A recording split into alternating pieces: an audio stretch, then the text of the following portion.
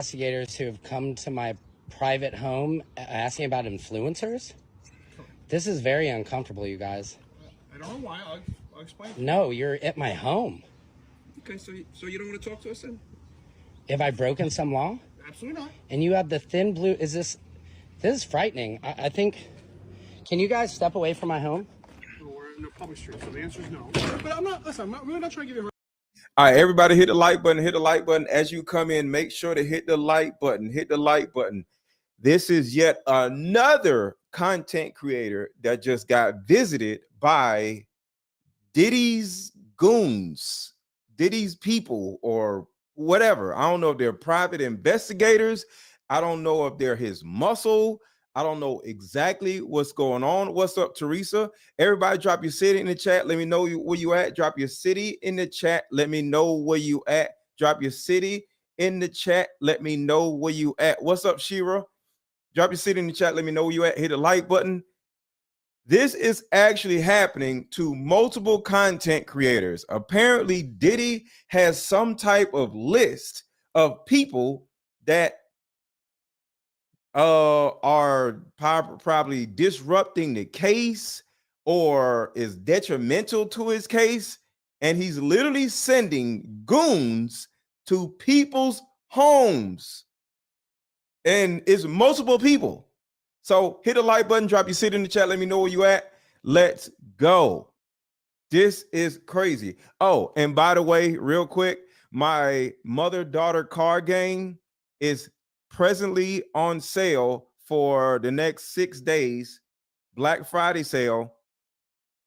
My card game is usually $199. My mother-daughter card game, it is officially $62 for the next 6 days. Black Friday sale. Black Friday sale. You can buy my mother-daughter card game right now for only $62. Click the link in the chat. Click the link in the chat. Click the link under this video. Click the link in my bio. Buy your card game while it's only $62. This card game is usually $199. Hit the link and buy your card game right now. And then, of course, my Deeper Discussions card game is $35. Let's go. So you guys are private investigators who have come to my private home asking about influencers. This is very uncomfortable, you guys. I don't know why. I'll explain. No, you're at my home. Okay, so you don't want to talk to us then? Have I broken some law? Absolutely not. And you have the thin blue. This is frightening. I think. This is crazy. Can you guys step away from my home? Well, we're in a public street, so the answer is no. But I'm not. Listen, I'm really not trying to give you a hard time. Why are you here? What do you mean? You're showing up at my We're house. very nice and respectful, and we will be. I just have two quick questions for you, and if you want to be interested in it, great. If not, I'll have a nice day. We're not. What is this? This is odd. So You have to admit this is very it weird. always is, and people always ask us the same questions. I'm happy to explain to you. What? Very simply, we were just hired to speak to a few people that do, have a lot of followers and stuff like that on different platforms. What is this about the Diddy stuff I report on? Somewhat, yes. Wow. Not necessarily Diddy stuff, but Somewhat, people are yeah. involved and just stuff like that. So basically, a very simple question. So the guy said, somewhat yes. What do you mean somewhat yes? Yes or no? I'm happy to explain to you. What? Very simply, we were just hired to speak to a few people that do, have a lot of followers and stuff like that on different platforms. What is this about the Diddy stuff I report on? Somewhat, yes. Wow. Not necessarily Diddy stuff, but people are involved and just stuff like that. So basically, a very simple question is are you paid to influence that's stories like that in any direction? No, Thank you, October 3074. not at all. That's all we wanted to know. Because if the company is, they're looking into people who are. Are you guys going to pay me for this visit? Like, this is frightening. So.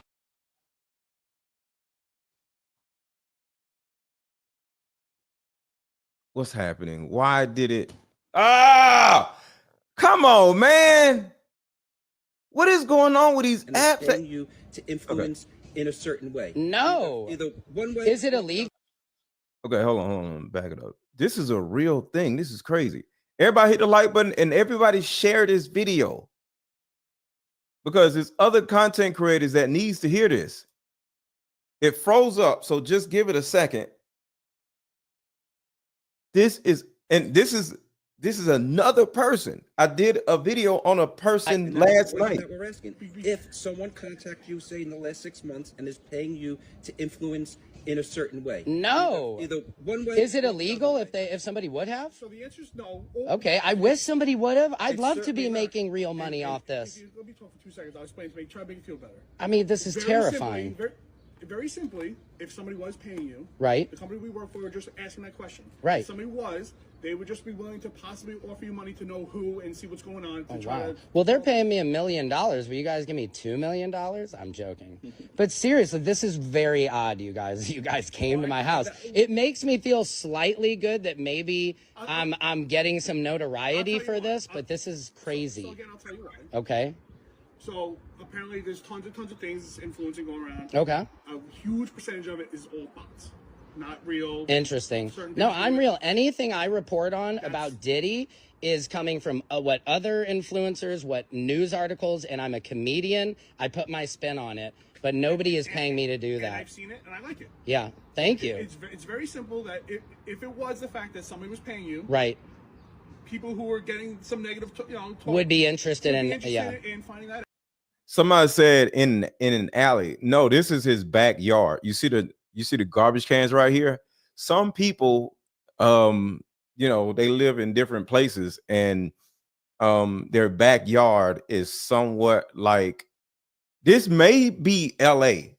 I don't know if y'all ever seen. Well, y'all seen not Menace Society. What is the movie? Do y'all remember when Ricky got shot in Boys in the Hood, and it was like an alley like that? Some people, their back of their house is like an alley. And I got a band-aid on my finger because I cut my finger last night, just in case you wonder what's going on my finger. It's a band-aid. So it's a possibility that his backyard is an alley. Y'all remember Ricky? And he got shot. That was the back alley of somebody's house. So it's a row of houses, and the backyard is that. So, because you see the garbage cans and stuff. So this is his back porch. And everybody drop popcorn emojis in the chat. Drop popcorn emojis in the chat. Drop popcorn emojis in the chat. Drop popcorn emojis in the chat. Yeah, the dude is in the hood. So just like on Boys in the Hood, Compton, different places. I'm not sure if other places are like that, but some people's backyard looks like that, sadly. Out and possibly going action either against that person, Right. or Am I at any danger for doing this? zero. The only Okay. Oh my God, it's messing up again. Sorry, y'all. I don't know why it's messing up. It's the app. It's the downloading app. You use an app to download stuff, and it starts glitching.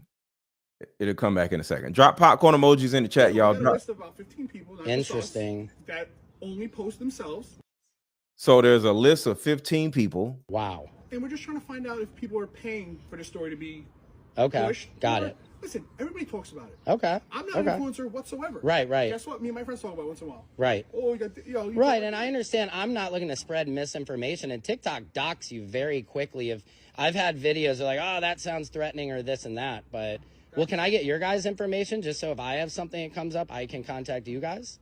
So to be honest, like, No? we can't give out a company because Okay. they don't want to be linked to anybody. Got But it. My name is Robert James. Okay, Robert. Peter Deegan. Okay, And- cool. but This very is crazy. simply, agreed. And again, we were gonna sit out here. We were No, that's fine. Yeah, it's my cat Crunchy. I hope my wife is impressed. I mean, I just hope I was like, I'm trying to be a successful comedian. I would love, but it is freaky that you guys like come to my back door. This is kind of Well, crazy. I don't know where the front door is. couldn't- Like, I mean, I know, but even though my house, even though you guys are able to just find me is crazy. I mean, I guess it's not, Well, just Google anybody's name. I guess I just didn't expect anybody was looking for me at all. So No, that's okay. We can talk. I no, can put you in touch and with and somebody. I'm also too. I'm a truth seeker, so I couldn't be paid off to have somebody having me You know, it depends how much money, I guess, my wife, you So know, I'm gonna would. be honest. Yeah. The last few we've talked to, Uh-huh. everybody's just doing what they want. It's they do it because they love it. They Yeah. enjoy it. And honestly, it's getting people to pay attention. So on TikTok, if people are paying attention, if I'm doing I did a no Diddy music video. Nobody cared about that. But if I get on and talk about something. I understand, you're not bad. Hey, thank you. Yeah. Beyonce wants this jelly or whatever. Yeah. Thank you. It's not bad. Yeah. Well, okay. I appreciate you. Here's ABC's Stephanie Rollins. So that is in it. Brooklyn, his testimony and subvert his criminal case from behind. Hold on, y'all. Got Here in the U.S. tonight, and Sean Diddy Combs, what federal prosecutors are now saying tonight, what they're accusing Combs of doing from behind bars. Here's ABC's Stephanie Rollins tonight. Tonight, federal prosecutors accusing Sean Combs of relentless efforts to corrupt witness testimony and subvert his criminal case from behind What up, Trev? bars. Almost immediately after arriving at the federal jail in Brooklyn, prosecutors say Combs started using telephone accounts of at least 8 other inmates to call people not on his approved contact list. Prosecutors alleging Combs frequently instructs family members and his attorneys to add other individuals via three-way call, which is not allowed. An October call made between Combs and one of his adult sons, prosecutors allege, provides the clear inference that the defendant's goal is to blackmail victims and witnesses either into silence or providing testimony helpful And content creators, apparently. to his defense. And prosecutors say Combs is explicit about his intention to use public statements to sway potential jurors, including this Instagram post by his kids. Happy birthday to Daddy. Prosecutors say So apparently, there's 2 scenarios that may be going on, and I got is a Band-Aid on my finger. My Band-Aid is not wrong with my finger, but there's 2 scenarios that possibly are happening right now. One, they're sending people to people's houses to scare them into not making content about Diddy, or 2, they're paying or looking to pay people who are content creators to say something pleasant about Diddy in order to steer the narrative about Diddy in a positive way, to make it look like this is a witch hunt and people are like trying to take him down, take a black man down type situation. So 1, they're trying to scare people into not talking about him at all. Or 2, they're looking to pay the people who have big audiences to start saying something positive about Diddy to possibly steer this whole situation in a different way. When you got money, hey, you got to do what you got to do. So I'm not mad at Diddy, because at the end of the day, hey, this is his freedom. And he has a bond hearing today at 3:00, an emergency bond hearing today at 3:00. So hopefully 3:00 is 30 minutes, about 40 minutes from now.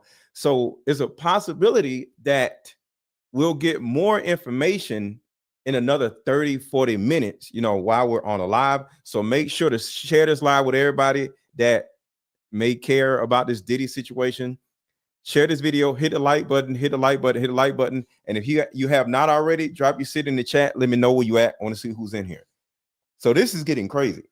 But he has a bond hearing in 30 minutes. Combs enlisted family members to plan and execute a social media campaign around the defendant's birthday, the first time we heard his voice from behind bars. Thank y'all for being by my side and supporting me.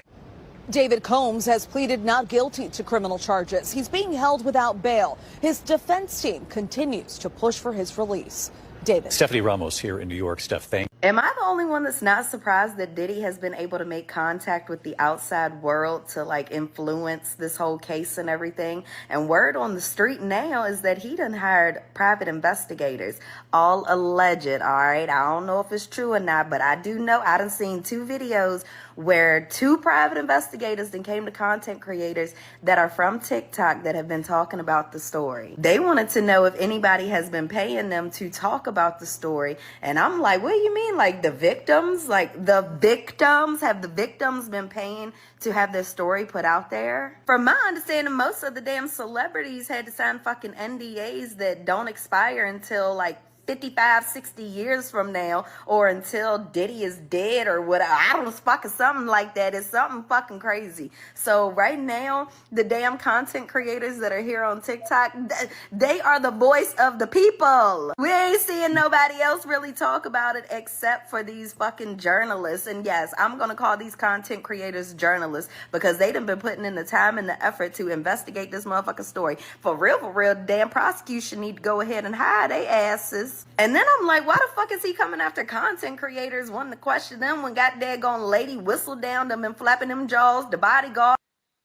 And shout out to Tamara Jackson. I'm a new subscriber from Chicago. Shout out to you. Thank you so much. Them and flapping them jaws like, ah. And to me, that seems like a little bit of an intimidation tactic. But hey, who am I? So I'm going to just say this to any content creators that is covering the whole Diddy case, Diddy trial, all of that shit. Y'all be careful.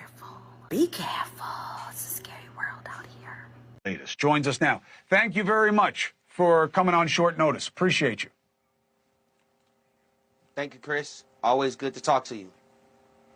So, Ray J, what is your take on the suggestion that Diddy is powerful enough that he can reach out, even if behind bars, like some kind of mob boss, and get people to tell people to shut up, or I'll pay you if you shut up, and be effective?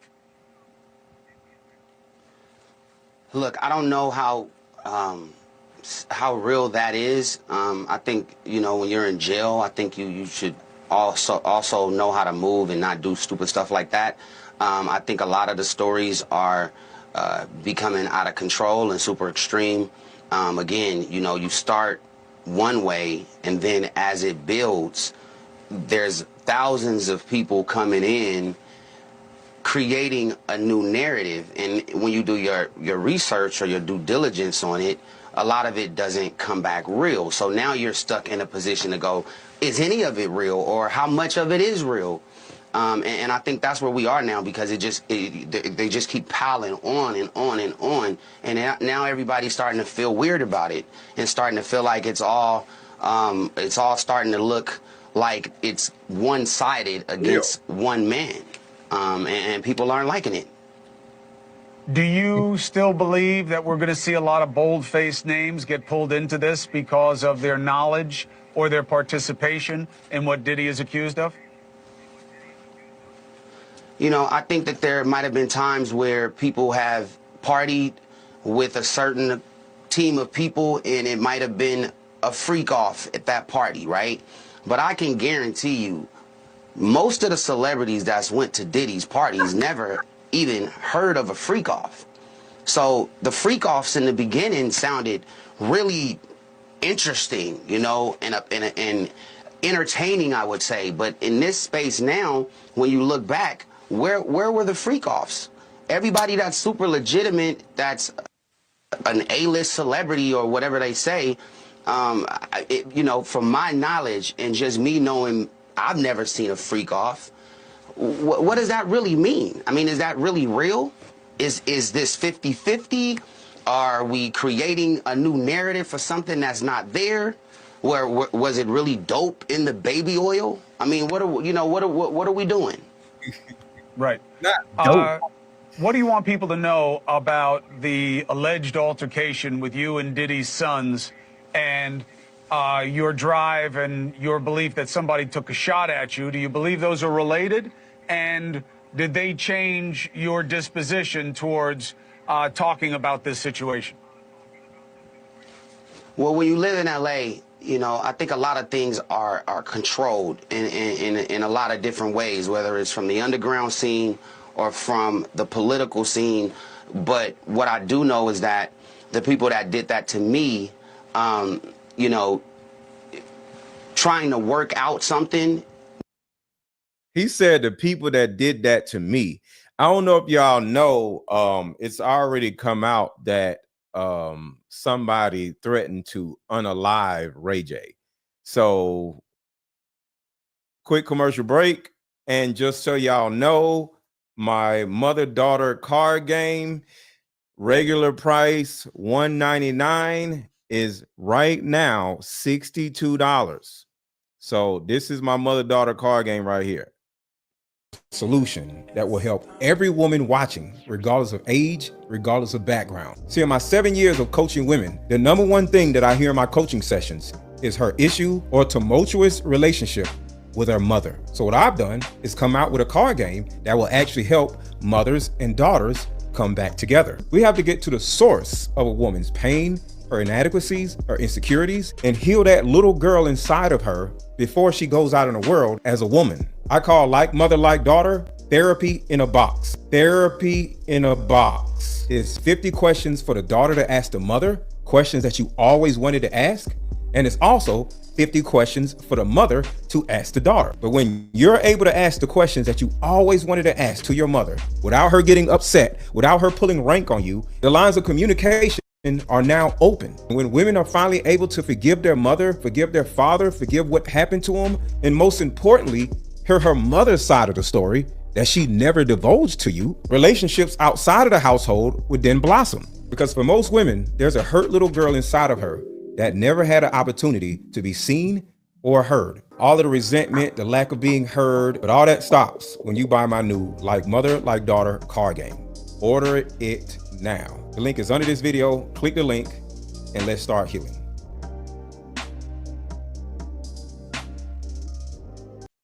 Guys, I just got a special delivery from Aaron, Mr. Lecco. I'll tag him right here. I just got his new card game, the Mother and Daughter game. And who better to play than mother and daughter? While my mom is here, I only have one more day with you, but we're going to play. And I think we should go live. Yeah? Maybe. My mom is acting so shy because she doesn't feel well. She's a little under the weather, but we're still going to play this game. And major shout out to you, Aaron. Thank you for the drop off. I'm excited. I'm excited too. This is going to be good. Real quick, let me show you. Okay, something. okay. Y'all got a couple seconds. Let's see. We're going to open this card game, right? Let's go.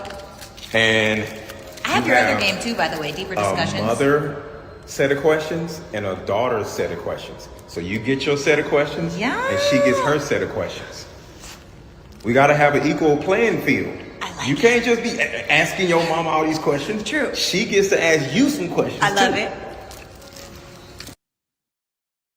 So the beautiful part about my mother-daughter card game that is now on sale for $62. Yeah, that's her mom. Is there's actually 2 decks in this card game. So that means if your mother lives somewhere else, you can ship off her game and y'all can play with each other on the phone if your mother does not live in the same city or town. So it's actually 2 card games in one. And that is the reason why it is $199, but right now is on sale for $62. So if you have your mom around, or if you have your daughter that you can play this game with, because the holidays are in a couple days. Thanksgiving is in a couple days.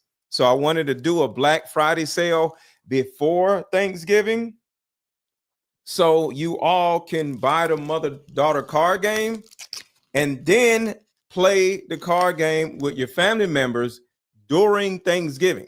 So I did a Black Friday sale before Black Friday, so all of you can get the mother-daughter card game before Thanksgiving, because that's more or less when everybody is going to come together. So let's get 10 people. Let's get 10 people to click the link and buy the mother-daughter card game so you or somebody that you care about can finally start changing their narrative and fixing the resentment that they have for their mother. is $62 for 5 days, and then it goes back to $199. So click the link in the chat and get your mother-daughter card game. Where is it? Oh, hold on. Let's get to this. Yeah, where I'm closing out, telling you guys to like and subscribe, I get a little bit of a text message from my best friend, Risa. So this is another content creator that just got, I would say, threatened by Diddy's people. This is another content creator. Hit the like button, hit the like button, hit the like button, hit the like button. This is another content creator that just got threatened by Diddy's people.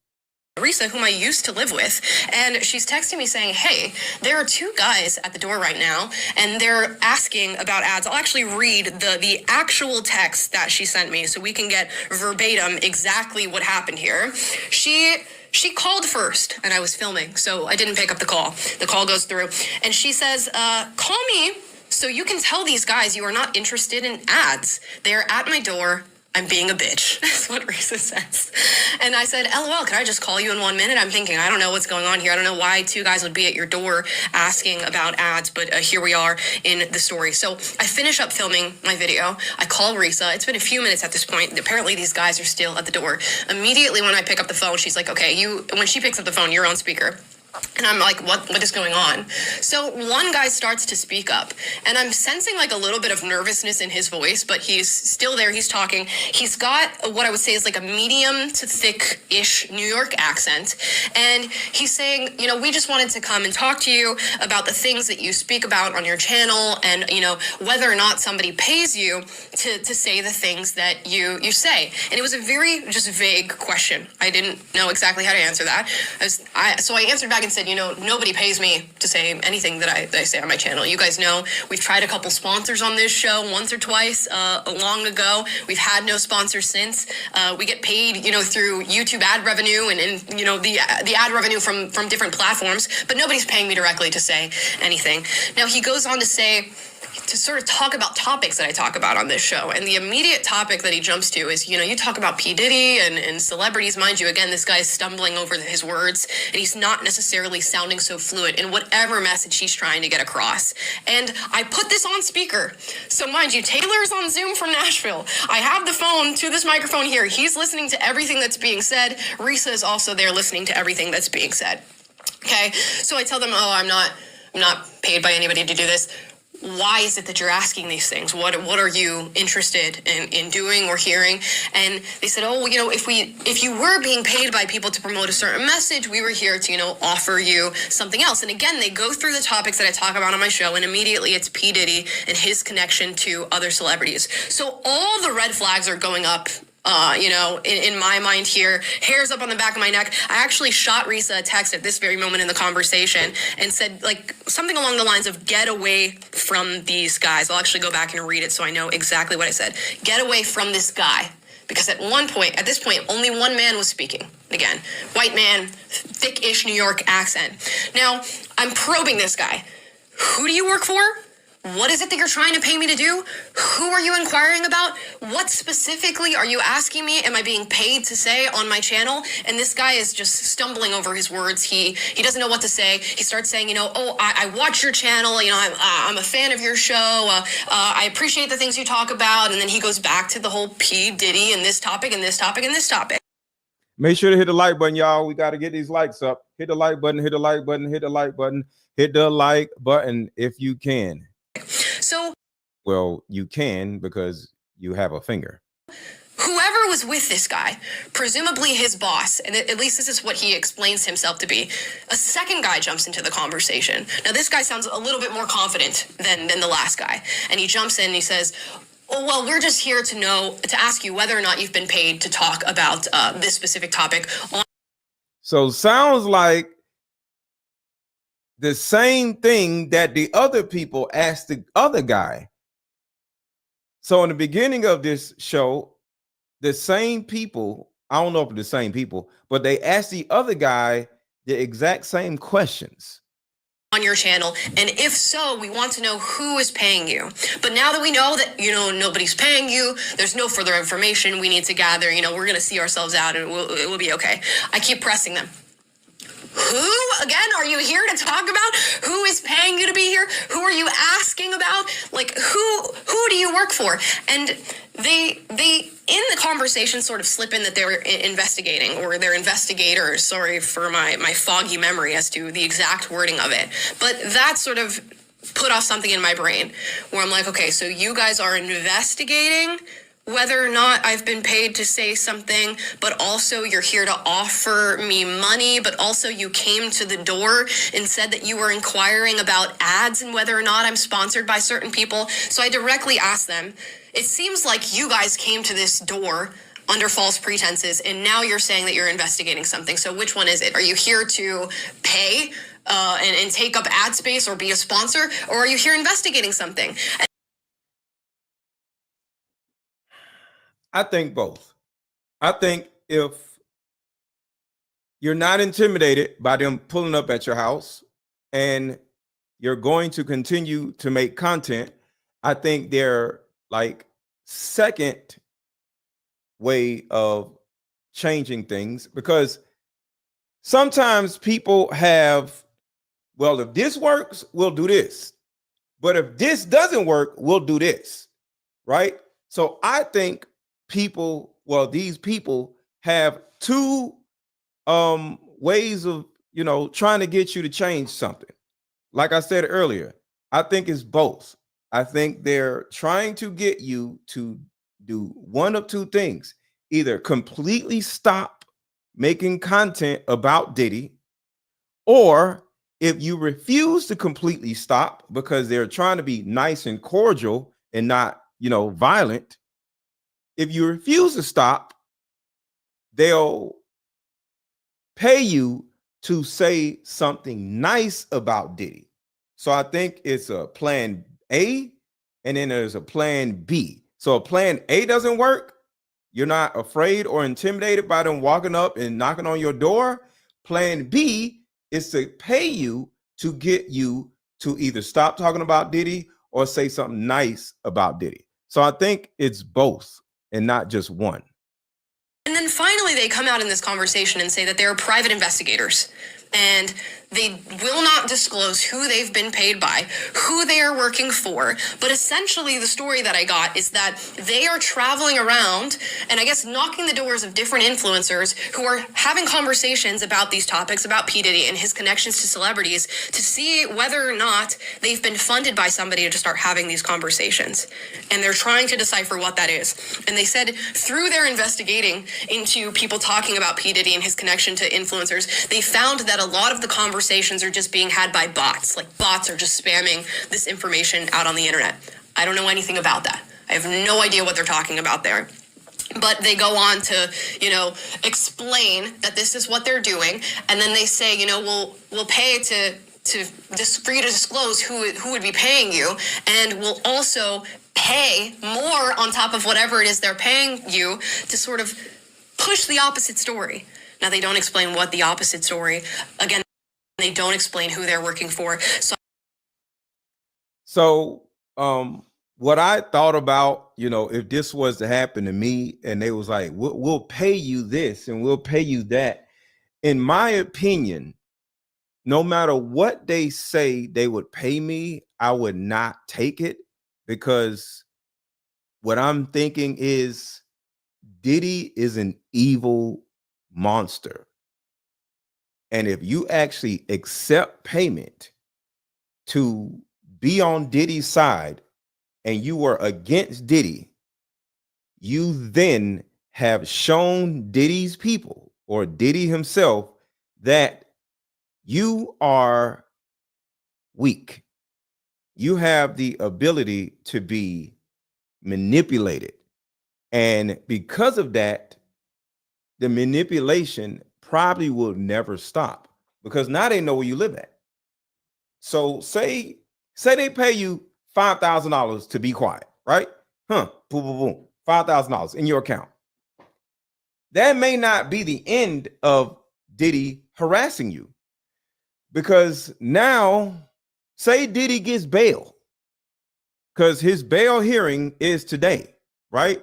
His bail hearing is in 15 minutes, according to what I'm hearing, is at 3 o'clock Eastern time. So, yes, exactly, October 3 of 74. If they are able to give you some money for not talking about Diddy, or either to lie about Diddy, that shows that you can be manipulated, you can be bought, and say in a couple days, Diddy actually gets out of jail. Diddy may actually come to your house and unalive you. And you may look at me like I'm crazy, like, what are you talking about? Why would Diddy come to my house? Diddy has came to people's houses. Where's the video? I think this is the video. Diddy literally has came to people's homes. Got hit with 2 new lawsuits claiming a little bit funny. After this boy allegedly drank this soda, Diddy would tell the boy to be auditioning for making the... Hold on, this ain't it. The identity of the victim, the witnesses. This ain't the video. This ain't the video. But there's a video where Diddy actually showed up at somebody's house. Diddy himself showed up to somebody's house. Hold on, let me see if I can find it. But I'm gonna play the rest of the video of the woman.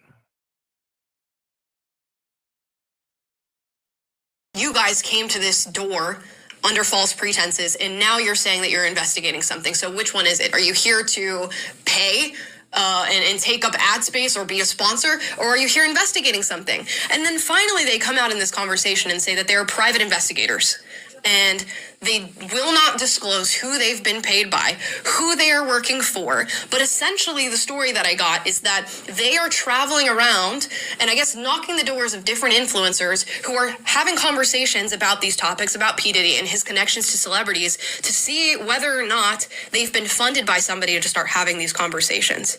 And they're trying to decipher what that is. And they said through their investigating into people talking about P. Diddy and his connection to influencers, they found that a lot of the conversations are just being had by bots. Like bots are just spamming this information out on the internet. I don't know anything about that. I have no idea what they're talking about there. But they go on to, explain that this is what they're doing, and then they say, we'll pay for you to disclose who would be paying you. And all right, so here it is. I found it. Okay, so what I'm about to play you is Diddy actually coming to somebody's house personally. Because what I'm saying is, if Diddy actually gets bond and he's out, Diddy may actually come to a person's house personally, because he did it right here. Plaintiff to file suit against Diddy, Listen. But she also is suing a few others. She's also suing Christina Coram.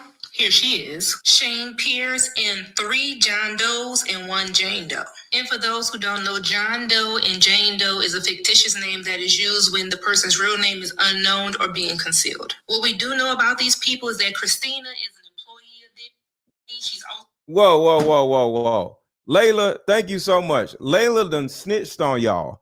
Layla says 320 people watching, only 113 likes.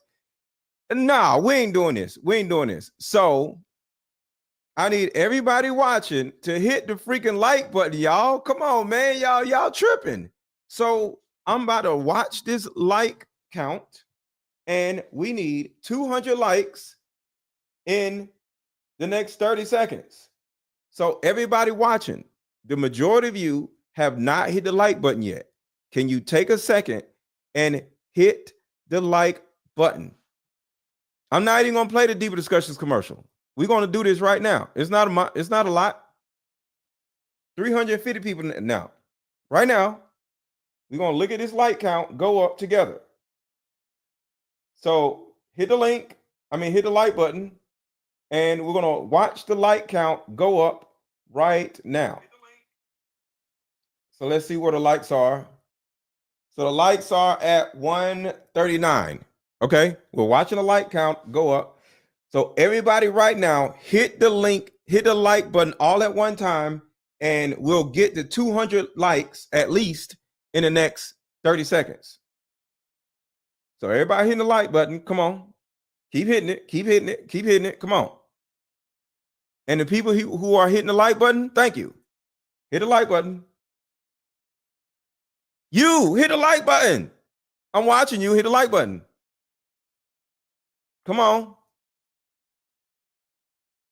All right, there we go. There we go. The lights are going up. Hit the like button, y'all. Hit the freaking like. There's a button on your phone. Hit it. Let's go. All right, there we go. So keep hitting the like button and we'll be good. Like, come on, y'all. Y'all tripping. All right. Oh, I was playing this.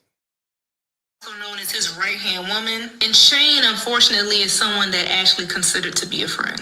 Back in February of 2018, Shane and Ashley met. He actually came to her rescue as she was getting into an altercation with another man at a bar. After the whole ordeal, a bunch of people are standing outside the bar talking, and then Shane decides to FaceTime Diddy, kind of showing everyone, look who my friend is, I'm important. Ashley kind of makes a face and is completely unimpressed and makes a statement on how she believes that Diddy has something to do with Tupac's death. Diddy, who's still on FaceTime, overheard the comment that Ashley made and told her she would pay for saying that. So after this whole ordeal at the bar, Shane and Ashley become friends and they keep in touch. March 2018 rolls around and Shane calls Ashley and asks her to come over to help him take his cancer medication. He said he was too weak to open the bottles. Little did Ashley know this is actually a setup and potentially about to be one of the worst days of her life. After she arrives, they make small talk. He tells her how he just... Now, the reason why I'm playing this is for anybody who doesn't think Diddy will pull up at your house if he gets bailed out. Got this new car and he wants to give her a spin. Now we know hindsight is 2020, but this is a sign. How you too weak to open medicine, but you well enough to drive? Nonetheless, they head for a little spin in his car and head back onto the house. Once back inside his apartment, she notices that he leaves the door slightly open, so she mentions it to him, and he says, oh, you know, the door's been tripping. I told maintenance about it. They should be fixing it soon. About 10 minutes later, guess who comes right on in? You guessed it. Diddy. Oh, but he doesn't come alone. He's there with Christina and also his bodyguard. The bodyguard is named as John Doe number 1. Also, Jane Doe is there, another woman who she does not know, but she describes her to be in her 30s with blonde hair. And John Doe number 2 and 3 are there, who's supposedly a friend of Diddy and Shane's and also Diddy's driver. According to the lawsuit, John Doe number 3, the driver never came inside. He stayed in the car. Ashley states that Diddy immediately started to antagonize her about the comments she made about Tupac. He started walking towards her with the knife, held it up to the right side of her face, and said that he should give her a Glasgow smile. If you don't know what that is, it usually is when the victim gets a cut on each side of their mouth all the way to their ears. Then Christina urged Diddy to stop, suggesting that it wouldn't be a good idea. They could just sell her to one of their clients. Then Christina went on to threaten Ashley and said she would ship her off to anywhere in the world and she would never see her family again. Diddy and Shane then proceeded to strip Ashley of all. So it gets worse. I don't want to, because it gets really graphic. So I don't want to go any farther because it gets really, really bad. So that is an example of Diddy going to somebody's house personally and potentially unaliving the person. So this is real. It will also pay more on top of whatever it is they're paying you to sort of push the opposite story. Now, they don't explain what the opposite story. Again, they don't explain who they're working for. So I'm asking them again, who hired you to be here? Who is the one who is making sure that you're at my door right now asking? Whoa. What do you mean by who? Layla, okay, hold on real quick. I know I'm pausing this. Layla, I've said multiple times, do not ban people out of the chat. Pig audits can say whatever they want to say. What are you doing? Hold on. Pig audits pig. I don't know why you got the name like that, but it is what it is. Say something in the chat because I want to make sure that Layla did not time you out or ban you. So say something, pig audits pig, right now. Layla, did you time them out or or ban them from the channel? Pig audits pig. Say something in the chat. Don't get quiet now.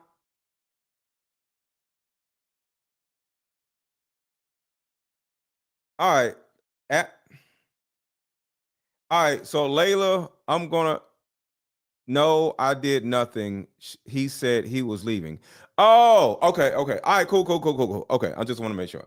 Do not time anybody out unless they say some like triggering words. Okay, so cool. All right, it's okay, Layla.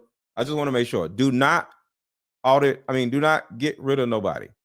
Not my door, but a door that I used to live at, asking these questions. They won't say who. Then I'm saying, okay, if you guys are private investigators, what is the name of your LLC or what is the name of your corporation? Give me that, because you're willing to own up to the fact that you're being private investigators. Which company is this person paying to? They won't say. They even go as far as to say, we don't have an LLC and we don't have a corporation. Whoever their client is paying them directly to their name. Now, I did get names from these guys. I won't say the full names out on this channel, but they did give me 2 names. So we're currently looking into who these 2 private investigators are who were hired by some sort of outside organization or celebrity or firm or somebody to travel around. They would give no information as to the company that they work for. Apparently they're working, independent, but also in tandem. And when they get paid, it's paid to their name. And, all right, hold on a second. October 3074, I've been deleting his comments. So I'm going to take your wrench from you. Wait, October 3074, what comments were you deleting? Like, what's going on, Miss Lady? I'm going to watch the Diddy live emergency hearing. It's in a few minutes. Yes, it's in a few minutes. I got the video. I got it right here. I'm waiting on it. Let's see. All right, so y'all don't have to go anywhere to hear about the hearing. We'll be right here. He was being rude. Let them be rude as long as they don't say anything that will get my channel deleted. Okay, so I'm gonna say this one time only, because I'm gonna take wrenches from y'all if y'all do this again. If they say things that will get my channel deleted, you can delete their comments. But if they say, I don't like your content, or you're fat, you're ugly, let them say it, okay? But if they're saying something crazy that will get my channel deleted, yes, then delete their comments. He repeated the same slanderous comments about you. October 3074, if the person said I'm ugly, I'm fat, I'm stupid, I'm dumb, leave them alone. But if they say the R word, or the P word, PDF file, or something like that, then delete their comments. So I'm gonna say this one last time. Do not delete comments, okay? Unless they say something like PDF file or the R word, okay? I'm gonna say that one last time.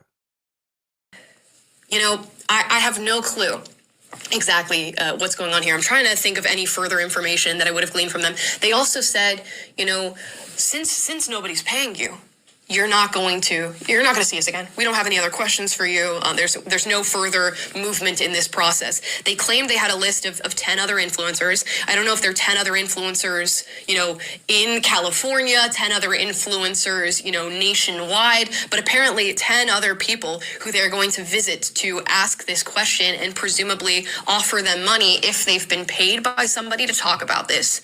They mentioned that they had come from Detroit, so apparently they were visiting somebody in Detroit and had knocked their door to ask them these questions. Y'all, I don't know what's going on. Now, there's a few different arenas we can go into with these guys visiting. The whole conversation ended somewhat amicably. I said, you know what? Forgive me for being hostile, but I have. All right, so in another 5 minutes, we are about to stream the Diddy preliminary trial live. All right. In another 5 minutes is going to be the live indictment court hearing. That is going to be in another 5 minutes. Okay. So we got you live here. All right. So I want to play this for the people who did not see this in the beginning. You guys are private investigators who have come to my private home asking about influencers. This is very uncomfortable, you guys. I don't know why. I'll explain. No, you're at my home. Okay, so you don't want to talk to us then? Have I broken some law? Absolutely not. And you have the thin blue. This is frightening. I think. Can you guys step away from my home? Well, we're in a public street, so the answer is no. But I'm really not trying to give you a hard time. Why are you here? What do you mean? You're showing up at my house. We're very nice and respectful, and we will. All right, hold on. We are live with the hearing. All right, so here we go. Here we go.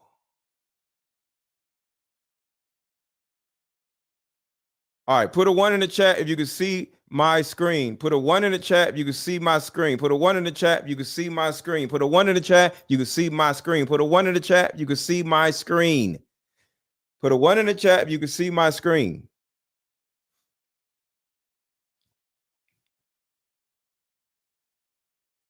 Make it bigger. All right, put a 1 in the chat, y'all can see my screen. All right. All right, cool. Okay, so we are waiting for something to happen. So just, y'all got to understand something.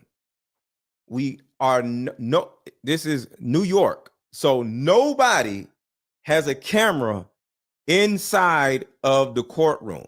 I'll say it again. Nobody has a camera inside of the courtroom during the bond hearing. So the bond hearing is commencing right now. We're not going to hear anything until the hearing is over. All right. So y'all can hang out here because nothing is going to happen until the bond hearing is over and they come outside of the courtroom. Okay. So you ain't got to be looking up stuff. Nothing's happening until they get done with the bond hearing, because no cameras can be inside of the courtroom. All right. So one more time, the hearing is here. I got them. The cameras are set up. We are ready. Stop screen, share screen. So it's here. We're waiting. But I'm letting y'all know now, you're not going to see nothing.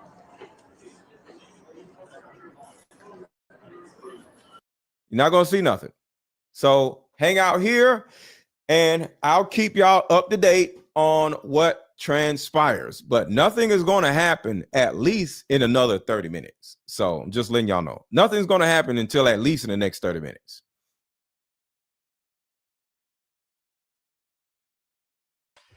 I just have two quick questions for you. And if you want to be interested in it, great. If not, I'll have a nice day. We're not. What is this? This is odd. So you have to admit this is very weird. It always is, and people always ask the same question. I'm happy to explain it to you. So what? Very simply, we were just hired to speak to a few people that do, have a lot of followers, stuff like that, on different platforms. What is this about the Diddy stuff I report on? Somewhat, yes. Not necessarily Diddy stuff, but people are involved in just stuff like that. So basically, a very simple question is are you paid to influence that's stories like that in any direction? No, not at all. That's all we wanted to know. Because if the company is, they're looking into people who are. Are you guys going to pay me for this visit? Like, this is frightening. So,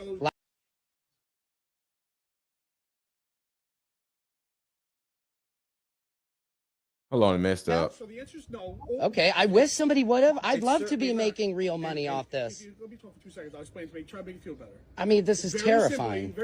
Very simply, if somebody was paying you, right? The company we work for are just asking that question. Right. If somebody was, they would just be willing to possibly offer you money. So this is somebody that pulled up on some. This is somebody from Diddy's camp that is now at this person's door. This person is a content creator talking about Diddy, and they came up to the person's door, his back door, which is even crazier, asking about Diddy and asking him to stop making content about Diddy. And just so y'all know, we're waiting on Diddy and his family or his lawyer to come out and talk about whether he's gotten his bond hearing or not. We're waiting on that. Nothing has transpired yet.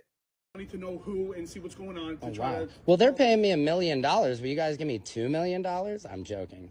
But seriously, this is very odd, you guys. You guys came to my house. It makes me feel slightly good that maybe I'm getting some notoriety for this, but this is crazy. So again, I'll tell you why. Okay. So apparently there's tons of things influencing going around. Okay. A huge percentage of it is all bots, not real. Interesting. No, I'm real. Anything I report on about Diddy is coming from what other influencers, what news articles, and I'm a comedian. I put my spin on it, but nobody is paying me to do that. I've seen it and I like it. Yeah, thank you. It's very simple that if it was the fact that somebody was paying you, right, people who were getting some negative, talk, would be interested in finding that out and possibly going action either against that person, right? Or am I at any danger for doing this? Zero. The only okay. Hold on, I messed up again. Let me fast forward. Again, we were gonna sit out here. No, that's fine. Yeah, it's my cat Crunchy. I hope my wife is impressed. I mean, I just hope I'm trying to be a successful comedian. I would love, but it is freaky that you guys come to my back door. This is kind of crazy. No, that's all. All right. If you're like so and so's paying me, oh right, money, we could talk. No. And I'm also too. I'm a truth seeker, so I couldn't be paid off to have somebody having me.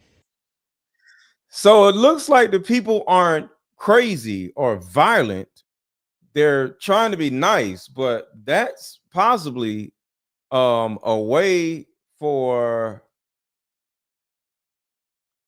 that may be a way for them to get into your house or something. I don't know. They seem nice, but I don't trust them because now they know where you live at.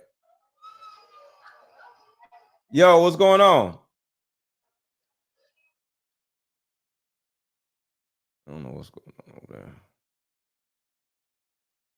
You know, it depends how much money, I guess, my wife, would, be honest, yeah. The last few we've talked to, everybody's just doing what they want. It's they do it because they love it. They enjoy it. And honestly, it's getting people to pay attention. So on TikTok, if people are paying attention, if I'm doing I did a no Diddy music video, nobody cared about that. But if I get on and talk about something, not bad. Hey, thank you. Yeah. Yeah. Thank you. Not bad. Yeah. Well, okay. I appreciate you.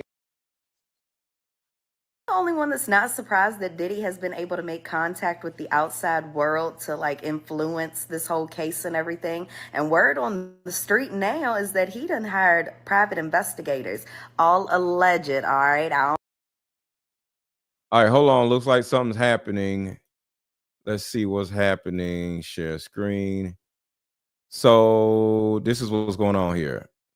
Describe this sweep as a targeted seizure, that this is a due process violation. They have called for the state to, I should say the federal government, to answer a series of questions that are listed in this filing. So first they want to know who authorized the search of Mr. Combs' sleeping area, personal effects, and paperwork. 2, who determined what paperwork to take. 3rd, who decided to give this paperwork to the United States Attorney's Office. 4, who decided to give this paperwork to trial prosecutors. Can you hear this? Put a 1 in the chat if you can hear the audio. Put a 1 in the chat if you can see and hear the audio. Want to make sure. Put a 1 in the chat if you can see the audio, see the video, and hear the audio. Put a 1 in the chat. 5th, who made the decision to not tell Mr. Combs' counsel that the U.S. attorney was in possession of his notes, including possibly privileged materials. And 6, exactly what material was taken. Now, the government has fired back against this. They believe that this evidentiary hearing is unnecessary, that this sweep wasn't targeted. And one of the things that they have highlighted in their most recent filing is about photographs that were taken of Sean Combs' notebook and his address book that were found in his cell. They write, the photographs and what is depicted in them are not privileged. The defendant doesn't argue, nor could he, that the notes in the photographs were prepared for the purpose of obtaining legal advice. Contrary to defense counsel's mischaracterization, the photographs do not reflect notes to lawyers concerning defense witnesses and defense strategies. Rather, the photographs depict the defendant's wide-ranging notes to himself, including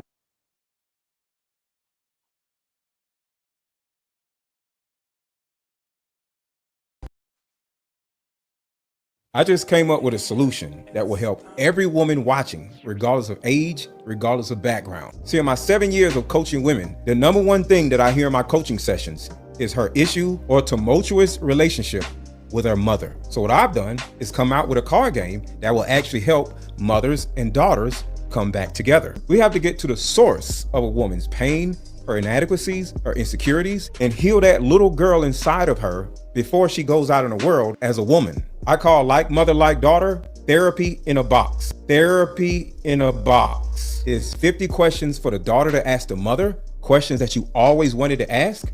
And it's also 50 questions for the mother to ask the daughter. But when you're able to ask the questions that you always wanted to ask to your mother without her getting upset, without her pulling rank on you, the lines of communication are now open. When women are finally able to forgive their mother, forgive their father, forgive what happened to them, and most importantly, hear her mother's side of the story that she never divulged to you, relationships outside of the household would then blossom. Because for most women, there's a hurt little girl inside of her that never had an opportunity to be seen or heard. All of the resentment, the lack of being heard, but all that stops when you buy my new Like Mother, Like Daughter card game. Order it now. The link is under this video. Click the link and let's start healing. All right, my mother-daughter card game. I have a Black Friday sale or early Black Friday sale. So if anybody had the intention of buying my mother-daughter card game, when it was $199, it is now $62. So I have a Black Friday sale. Buy your mother-daughter card game for yourself. Buy the mother-daughter card game for your sister, for your mom, for your kids, for anybody that is in your family. This is a great early Christmas gift. Buy this card game at $62 while it's $62. Because this is a $199 product that is $62 right now. So we got 4 people that have already bought my mother-daughter card game. Let's get 6 more people so we can get to 10. That is the goal. Let's get 6 more people to buy the mother-daughter card game. So if you're a guy, buy this for your mom. If you're a guy, buy this for your lady. Buy this for anybody, including yourself, that needs to resolve issues with their mother. This is therapy in a box, and it's usually $199. It is now only $62 until Monday of next week. Hit the like button and buy your mother-daughter card game. Let's get back to this hearing.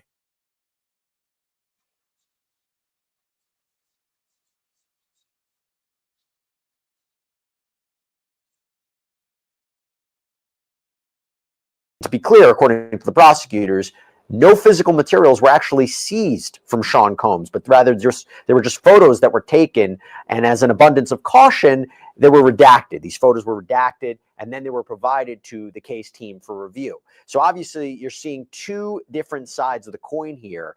And ahead of this hearing, Mark Agnifilo, who is Sean Combs' lawyer, one of his lawyers, requested that Sean Combs actually be unshackled today, and for all future hearings, Judge Subramanian actually granted that. Now, reminder, we're not going to see it. There are no cameras that are allowed in this federal courthouse, unfortunately.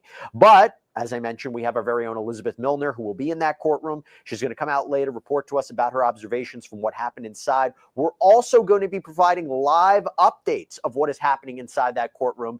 And so as we do that, we're also going to be taking your questions. So if you have questions about the case, if you have questions about the hearings, make sure to submit them on our YouTube page. Want to get started right now. I'm not doing this alone. I want to bring on 2 special guests. I'm joined by criminal defense attorney Mauricio Padilla and also criminal defense attorney Safa Robinson Frere. Great to have you both here. Mauricio, I'll start with you. What do you make of Sean Combs' request here? Or let me put this way. Sean Combs not only requests for a hearing, but the accusations they made against the government. Well, I mean, I'm glad that he requested a hearing. I've never seen ever this type of, investigation where they're going in and taking pictures of legal pads. Everybody hit the like button. Everybody hit the like button. If you have not already hit the like button. I'm not surprised that they're doing it, but in my experience, I've never seen it done. I don't know exactly what the pictures were of, but the fact that it went through a filter team, that they never reached out to, the criminal defense attorneys, it really raises an eyebrow regarding the government's actions and how they're really treating this case. I mean, Diddy must know that they are looking at every single thing. They are listening to every single phone call that he's making. I heard that he's making three-way calls, that he's breaking the rules. But when it comes to Diddy, he can't stop because he won't stop because he can't stop. So I'm not surprised. I knew you were planning on it. I had to do it. You were probably figuring out a way to use that all for this whole show, and you're like, you know what? I'm not going to save it for a half hour, and I'm going to save it for my first answer. So just to provide a little bit more perspective on this, if you have been following us here on Long Crime, you've been following us on Sidebar, you know that the feds actually raided the Metropolitan Detention Center where Sean Combs is currently housed. They were it was a pre-planned sweep. They were looking for contraband. And what the prosecutor said is during the course of this sweep, they looked into Sean Combs' jail cell, and there was an investigator that was part of the Bureau of Prisons that was looking into things. And they write in the prosecutors write in their filing, on the defendant's bunk, investigator 1 found the following items: manila folder marked legal, a notebook labeled, and that's actually redacted, an address book, personal effects, and talking about not that they just took out materials and looked at everything, but took photos of it, sent it to a filter team sent it to the prosecutors. That's my understanding. Safa, I'll give you an opportunity to respond to what you think of the defense's argument and the prosecution's response. But I guess the bigger question is, what could happen from this hearing? What's the best case scenario for Sean Combs here? I mean, the best case scenario for Mr. Combs is that there's some sanctions imposed against the government with respect to the evidence that was allegedly obtained in this case. Those documents, those being suppressed out of the case. And I'm not sure, but we may even be having a conversation about dismissal later down the line, but I don't generally really think that that's going to be the case here. But some sanctions imposed on the prosecution team, removal of those prosecutors as well could be a possibility. So there's a number of things that the judge could determine to do going forward. So again, as I said, I'm going to provide updates about what's happening in that court. We're also taking your questions. We have a question from V on YouTube. Do we know what was found in the Diddy jail cell sweep? So as I just mentioned, they found this manila folder marked legal, a notebook labeled, and it's actually redacted, an address book, and then personal effects. But as they said, the prosecutors, it was more with respect to business interest and family, and it doesn't seem to be attorney work product or privileged conversations. But we'll see. We'll see what the arguments are in court. We also have an update from court. So Sean Combs just walked in from his holding cell in the Metropolitan Detention Center. He's wearing that tan jumpsuit that he was wearing at his last hearing. He is walking fine, so he seems to be walking okay. He hugged his lawyers, sat down, and now he's just waiting for Judge Subramanian. By the way, I have to let everybody know, we weren't planning for this hearing. We were actually planning on going live on Friday because there's going to be an issue of bail. And Mauricio, you mentioned it before. That's a more tricky argument for Sean Combs because prosecutors just came forward and said he is obstructing justice from jail. He's having these three-way phone calls. He is taking other inmates' phone privileges to contact people that are not on his contact list, that he is devising this scheme to use third parties to reach out to witnesses in the case. There was also this allegation that he is orchestrating a social media campaign, not just to help his public image, but to potentially taint a future jury pool by, his son took over his Instagram and has been posting positive videos of his father. But then they also, as we know, as we reported on Sidebar, the show that I host, that he actually orchestrated this happy birthday message with him and his family. They're literally wishing him a happy birthday. You hear him on the other end. He's speaking from jail. So that seems to be the trickier conversation. We weren't planning for this hearing, but what are your thoughts on the idea of Sean Combs getting let out of jail? I doubt it's going to happen. He's not helping himself. This is not Diddy runs the city like he did before. This is, you're in prison, you're in jail, federally indicted. You had a couple machine guns with altered serial numbers at your house, like a real gangster. When a judge is thinking about whether or not he's going to let you out, he's going to take everything into consideration, including the actions that you're taking right now. I think that someone like him doesn't really understand how close they're looking. I mean, they're literally taking pictures of his legal pads. That's crazy. So they're going to listen to every single thing that you say to every single person, and then get ready for the jailhouse snitches. That's going to happen here for sure. There's going to be the guy that says that he was drinking jailhouse wine and spontaneously blurted out, I did it. That's every single high-profile case. I totally think that that's going to happen. I don't think that he's going to get a bond simply because nothing's changed. So for a judge to, go back on his ruling, especially with a guy like him, he gets out and he starts making mistakes and does something bad, the judge is going to look bad. Yeah, by the way, the standard is much lower. We're not talking about did he have three-way phone calls and obstruct justice to prove beyond a reasonable doubt.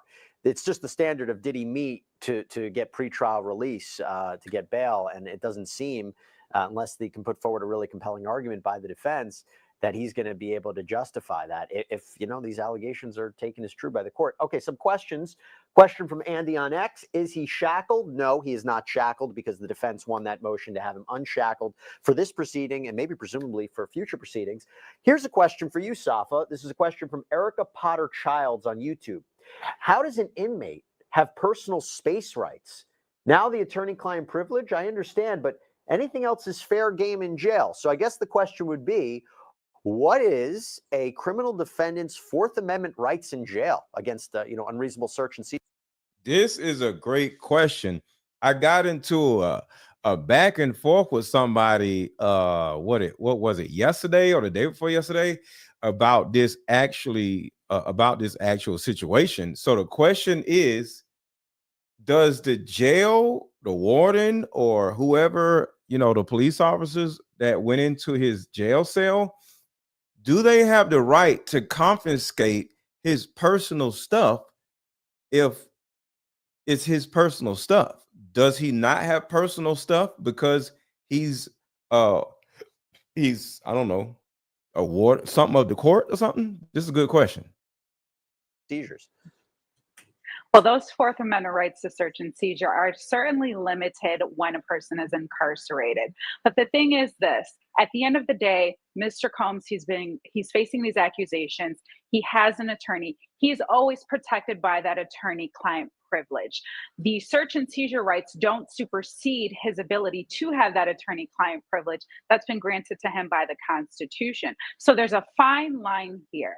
Not only that, but if you've got an allegation that the government is going in doing this prison sweep, generally speaking, those things are done to prevent contraband and other things to have been found or to be in possession of those things, or to prevent individuals from being in possession of those things. That doesn't appear to be the case here. Legal documents, legal pads, notebooks don't appear to be contraband. They're not drugs. They're not going to harm anybody. So that's a very fine line question between whether or not those rights have been violated. And so the thing about it is, I'm glad she said this because I was right. So to anybody who was arguing with me last night or the other night about this, I was right.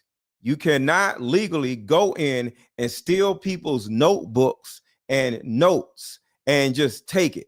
That's not illegal contraband. It's not a knife. It's not drugs. You can't just take somebody's paperwork that they're using to help them get out of jail. That's illegal.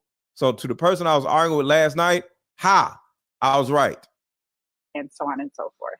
And by the way, the government addressed that in their filing. They said, although pretrial detainees like the defendant retain some Fourth Amendment protections, that does not mean that those rights are not subject to restrictions and limitations.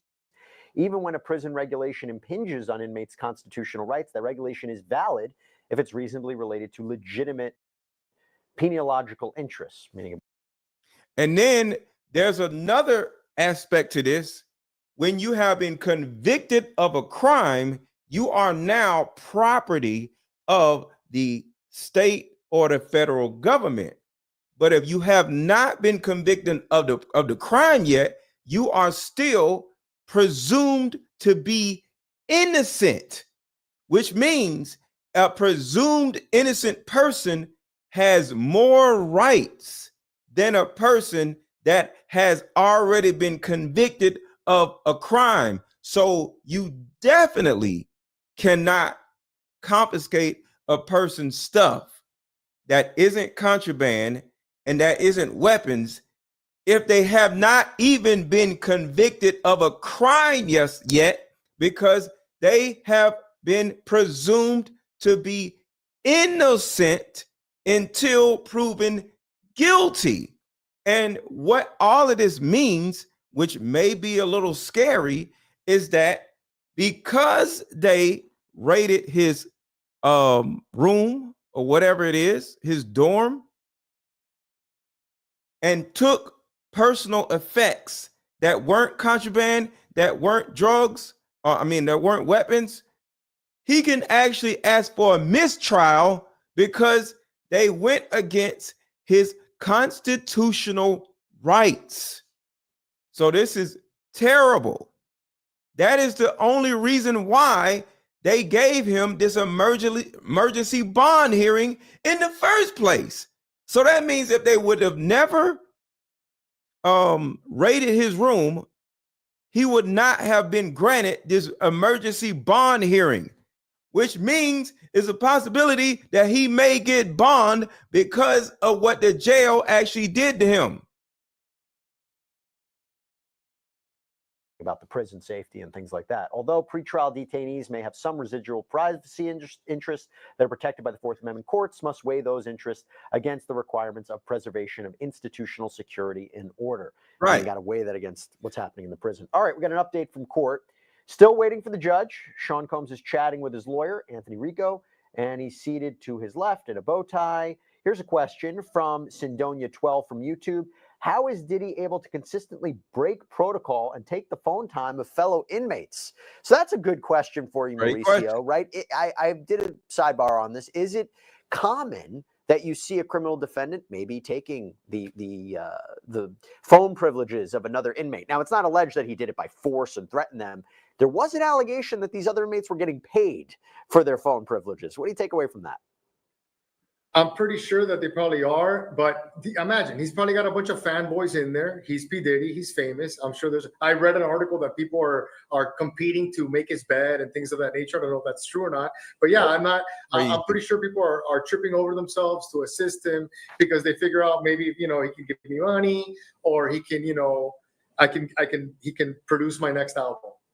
For the inmates that wish to be rappers, which I'm sure there's a bunch in there. But yeah, listen, regarding Fourth Amendment, I mean, when you're locked up, that's somewhere where they do routine cavity searches. So I don't understand what people think that they have privacy rights when you're incarcerated, when they could literally give you a cavity search. That it doesn't get more intrusive than that. So I always counsel my clients, expect zero privacy. They will listen to everything. They will look through everything. They will read everything. And the higher profile the case, the more they're going to care. And this is, I just don't understand. Like, if it's a balancing test with the prosecution, what did you get out of this? And is it worth the bad press? Because this is bad press for the prosecution. I mean, I don't think it spins well for them that they're going through all this and taking pictures of legal pads. All right. So he said this is bad press for the prosecution. So that means this is a very bad situation for the prosecution, which is a good thing. Well, no, which is a bad thing, because the thing about it is we want this man under the jail. So anything that is bad press for the prosecution is bad for all of us, because bad press for the prosecution is actually good press for the defense. So this is a bad thing, what he just said. Let me back it up, what he just said. Privacy rights when you're incarcerated, when they could literally, give you a cavity search, that it doesn't get more intrusive than that. So I always counsel my clients, expect zero privacy. They will listen to everything. They will look through everything. They will read everything. And the higher profile the case, the more they're going to care. And this is, I just don't understand. Like, if it's a balancing test with the prosecution, what did you get out of this? And is it worth the bad press? Because this is bad press for the prosecution. I mean, I don't think it spins well for them that they're going through all this and taking pictures of legal pads and things of that nature. In my opinion, it doesn't look good for the prosecution. Before I go to you, Safa, on an interesting legal question, Mauricio, I have arguably the most important question that we have. This is for you. It's about the wine in the jail. How do inmates make wine in jail, Mauricio? That seems to be the question that is dominating our YouTube. They get like fruit or anything, they stick it in a bag with water, and then they put it somewhere and let it, ferment, and then eventually that's how you get the jailhouse hooch or whatever they call it. Yo, do y'all realize wine is literally spoiled fruit? That's literally what he just said. You get some fruit, let it spoil, and then you have wine. Wine is literally spoiled, fermented fruit. That is disgusting. And they drink it, and it gets you wasted. It's popular, and it always goes in conjunction with the jailhouse snitch. The jailhouse snitch always says he was drunk on wine when he spontaneously blurted out, "I did it." It's Food Network style. All right, let me ask you this, Saf. I want to read you. This is from the Sean Combs defense filing, one of their latest filings. I want to read you where they talk about, they say these notes are obviously privileged. I'm going to read you parts of it. Of the 19 pages provided to counsel, 11 pages are Combs' notes to and with his lawyers. These notes reflect actual conversations with his attorneys concerning aspects of his trial preparation and his efforts to be released on bail. The notes refer to defense counsel by name, include discussions of defense experts and witnesses, discuss cross-examination and credibility of witnesses, and overall defense strategy. Mr. Combs' handwritten notes covering legal strategy are now in the hands of the trial prosecutors, who hope to take advantage of the breach they committed to better prepare for the May 2025 trial, bring new charges, and argue for Mr. Combs' detention. And then they go on a little bit later to say, if the warning legal on that manila folder wasn't enough, the notes are obviously legal materials that he discusses with his lawyer. They repeatedly refer to his lawyers by name. On the 14th, and then a lot of this is actually redacted, but they said that this is clear wrongdoing. The notes are replete with discussions of legal strategy. They all should have been obvious to everyone who looked at these notes, including Investigator 1, who was that investigator from the Bureau of Prisons, and the taint team and the trial team. How does the prosecution argue against that? Well, it's going to be pretty tough. I mean, they've got to get around a number of hurdles, essentially. And to Mr. Padilla's point, this is bad press for them. They have to get around how. Yo, this is really bad. This man may actually get a freaking mistrial because of how stupid these people are. They got into that manila folder that is clearly marked legal. That's number one. Number two, then we have to go to the point of once somebody is taking photos of this, it's clearly legal material. It's clearly work product. How do we get around, saying that this is okay? And I think that's really a better question for the defense. I hate when prosecutors try to say, well, that's not privileged or that's not. Well, I want y'all to think about something real quick. If that was the case, I could put contraband in a box and write legal notes on the box. Doesn't that mean they can't open the box in the raid if it says legal on it? So that's kind of crazy. Everybody would just write legal information on the box with the contraband and the weapons, and they can't legally. No, I don't believe in that. That don't make no sense. You can't mark something legal and them not look at it, because it might be a lie that what's in the box is the legal stuff. So no, that's some bullshit. Brady material, when in fact it's up to the defense and the defendant to decide what's Brady material and what's important to us, because we are the ones that are crafting and framing our defense. They're not in any better position to tell us what that is. So it's going to be interesting to see how they get around this. Of course, the argument that it's not confidential, it's privileged. Maybe they will disclose or say that some of this information had initially been disclosed in their disclosures, but it'll be interesting to see where they go. Little update from court. So Sean Combs' lawyer, Mark Agnifilo, he said this to the court, we expect Alexandra Shapiro to arrive at any moment from the Second Circuit. This is another one of Sean Combs' lawyers. I have Sean Love Combs to my left. The judge said, fine. What are you seeking? Agnifilo, we want to know how his notes with lawyers came into their possession. We're going to continue to update. We're going to continue to take your questions on this. One question I have, Mauricio, is how much can the prosecution rely on well, look, this was the Bureau of Prisons who did this. It wasn't us. And also went through a filter team, there's something in their filing that I want to read you too, where they say, even if there was inadvertent disclosure of privileged material to the prosecution team, that alone does not suggest that a defendant's constitutional rights were violated or that a defendant is entitled to relief. And they cite a case that says this after the fact notice of potentially privileged documents did not render the government's earlier search unreasonable. The government's review need only be reasonable, not perfect. Listen, if you have DOJ pointing the finger at the Bureau of Prisons and the Bureau of Prisons. Okay, that's something right there, y'all. Let me back that up. That is something. That is vagueness. One question I have, Mauricio, is how much can the prosecution rely on, well, look, this was the Bureau of Prisons who did this. It wasn't us. And also went through a filter team, there's something in their filing that I want to read you too, where they say, even if there was inadvertent disclosure of privileged material to the prosecution team, that alone does not suggest that a defendant's constitutional rights were violated or that a defendant is entitled to relief. And they cite a case that says this after the fact notice of potentially privileged documents did not render the government's earlier search unreasonable. The government's review need only be reasonable, not perfect. That right there can work on either side.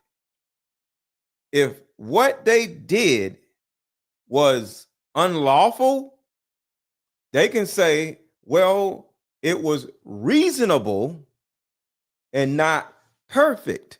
In other words, just because we did a raid on Diddy's room and we found a box that said legal documents, it's not unreasonable for us to open the box to make sure there's legal documents in there, because you can have a box that says legal documents and have a knife in there. So their doings is not perfect, it's reasonable, which means there's a lot of vagueness, which will cause them to be able to get away with certain dirty deeds. This is crazy. Listen, if you have DOJ pointing the finger at the Bureau of Prisons and the Bureau of Prisons pointing the finger at the DOJ, that's like a disaster. Like, I don't even understand, what they thought they were going to accomplish. At the end of the day, it's the government. You're incarcerated. I've never even heard of people that work in the prison taking the steps to proactively alert prosecutors of things that they found in cells. They usually don't do that. Like they're going to look for drugs, contraband, things that are dangerous. They're not going to be taking pictures and then giving it over to the prosecution. It's really bad if they're pointing fingers at each other at this point and at this early stage in the game. Like they're really stepping all over everywhere with muddy boots. Safa, we have an update from court. Wanted to ask you about. So Combs' lawyer, Mark Agnifilo, says he has an expectation of privacy in his legal notes. The judge said this occurred during a Bureau of Prisons sweep of the jail, but you're saying it was a pretext? Yes, 19 pages of the notes were given from the taint team to them. Mark Agnifilo says, we know enough to make out a constitutional violation, but we need to know more detail about the failures. We haven't been able to test their explanation. We need the surveillance video of the search. Two things I take away from that. One, they basically are suggesting that this sweep even though the government has said this was a pre-planned sweep of the jail, there might be more to it. They're saying it was a pretext, but B, I don't know if they're even asking for some sort of relief right now, but for more information, almost like an investigation into what happened. What do you take away from that back and forth? Absolutely. Well, first of all, to the first point, I'm a little skeptical. While this may have been a pretextual search or pre-planned, and this scheduling of this search was prior to Mr. Combs being taken into custody, everybody knows that Mr. Combs has been under investigation since last year. And I would highly anticipate that the government knew that at some point he would be coming into custody later this year. Hold on, we got something very interesting. Never Too Far Gone Ministries, Alethea says something very interesting. She says, I worked at a prison. Legal material can only be opened or reviewed in the presence of an inmate. Oh, man. If this is a federal rule and not a prison rule, like certain prisons may have certain rules, and it sounds like a federal rule, legal material can only be opened or reviewed in the presence of an inmate. Now, we don't know if Diddy was present during the raid, but I'm quite sure he was, because where the hell else he's going to go? So, with that being said, if Diddy was standing there as they were opening stuff, that would be lawful then. Am I right, Alethea? That would be lawful. I work for a state prison. Okay. So it might be a statewide rule and not a federal rule. Or at this point in time now. So there's, I would continue to challenge that. At Thank you for saying that, Alethea. That was helpful. what point was, or when was that search determined that it was going to take place, or when was it scheduled? And then to your second point, you know, the expectation and things of that nature, you know, again, it's going to be really interesting here, you know, how much they think that they can get around that. So. No, let's talk about that. And by the way, another quick question. This is a question from Tony on YouTube. Is Bond going to be discussed today? I don't believe so. I think that's still set for Friday. But going back to, this is the filing from Sean Combs' legal counsel.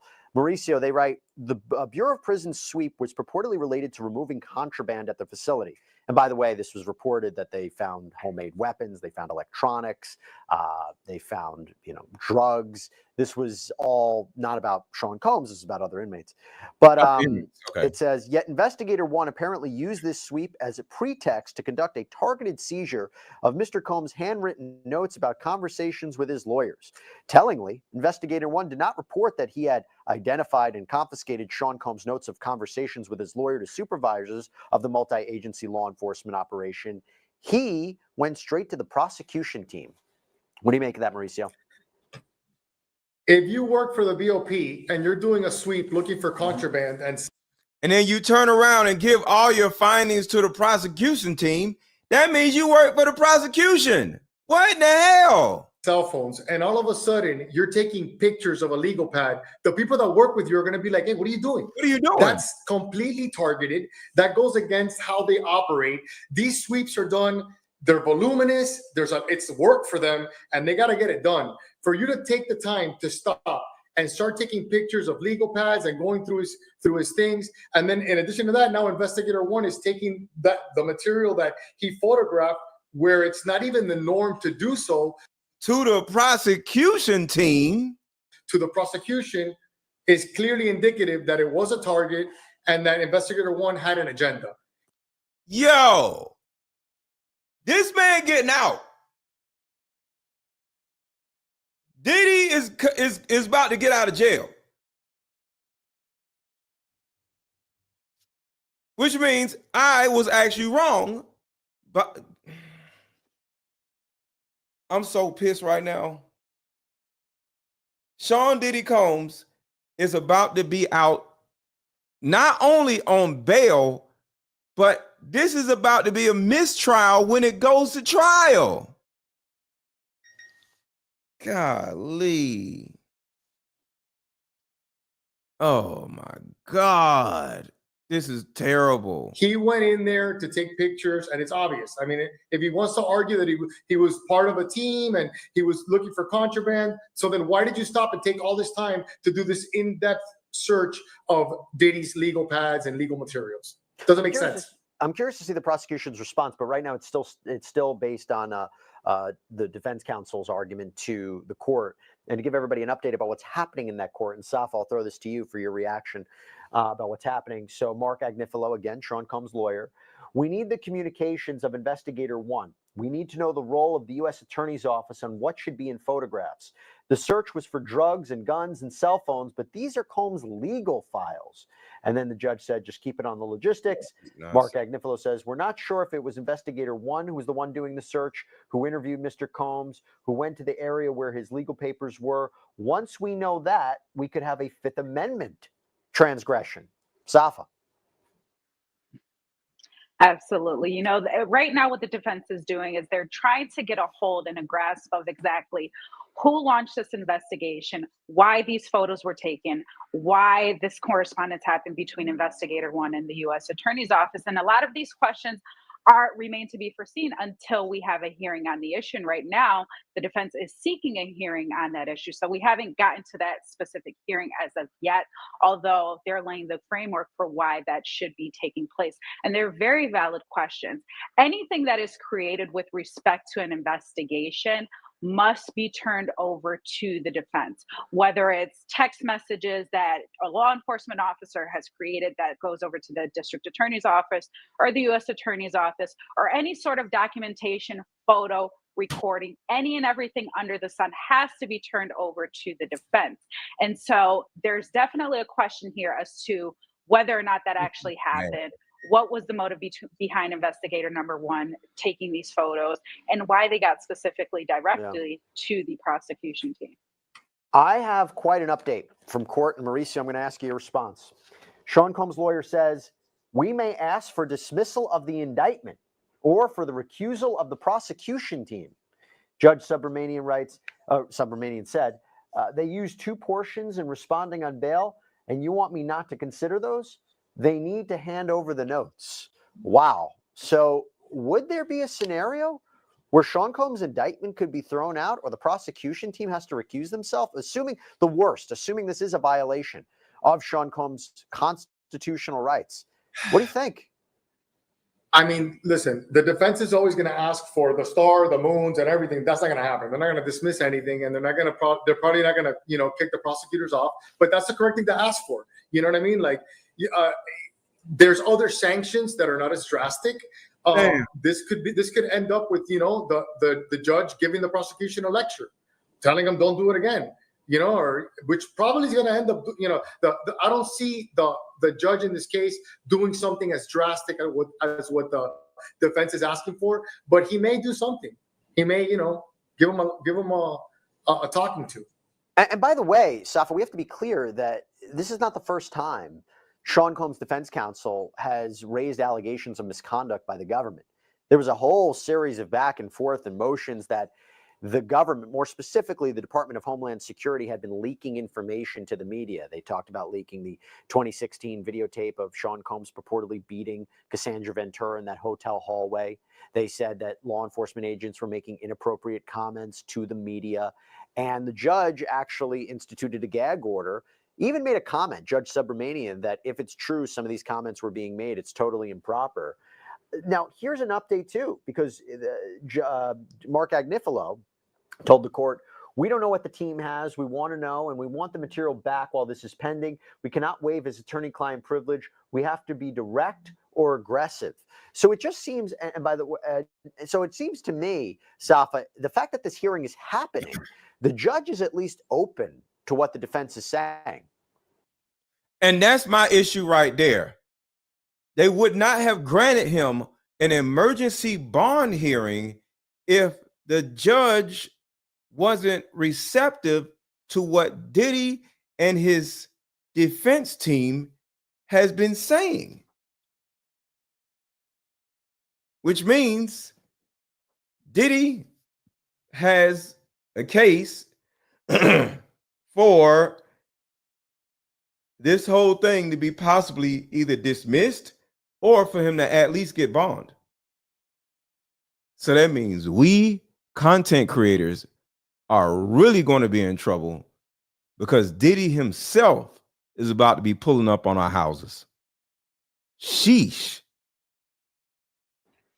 Absolutely. And the judge should be, All of these things are issues that could ultimately come back on appeal. So it's best to have a thorough, hearing on the issue, making sure that everybody's crossing their T's and dotting their I's so that we don't have issues for appeal. And that could be an issue if the defense doesn't raise it. And then it could ultimately lead to ineffective assistance of counsel. I think the defense team is being very thorough right now. I think they are being ambitious, but definitely very thorough right now with addressing each and every point that they need to address to ensure that Mr. Combs gets a fair trial to the best of their ability.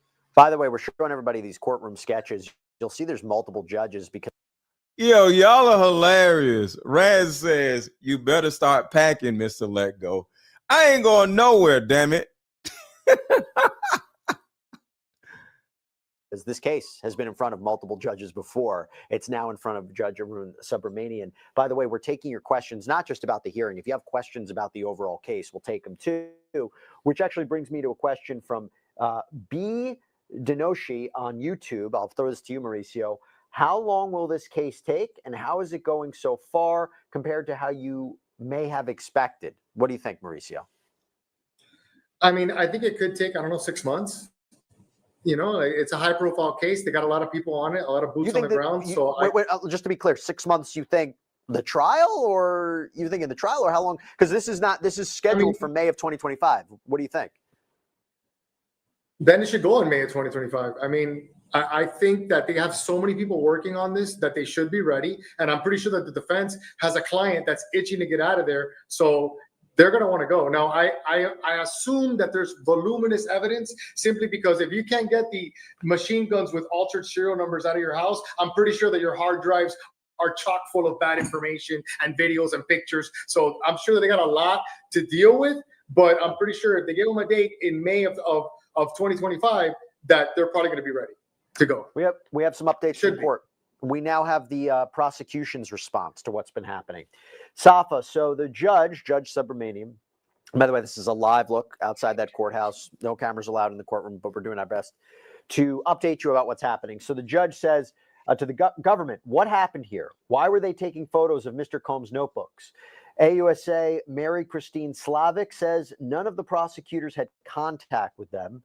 The judge said, but Investigator 1 was monitoring Mr. Combs' communications in and out. The judge said, is this a Fourth Amendment violation? This is bad. The judge says, is this a Fourth Amendment violation? Is this a Fourth Amendment violation? Golly, this is over. AUSA Slavic, so again, this is the prosecutor. The BOP investigator works for the BOP, the Bureau of Prisons. He's focused on safety, and if the defendant is in compliance with BOP rules, he was not. If it is true that BOP gave us the info, what do you make of that back and forth, Safa?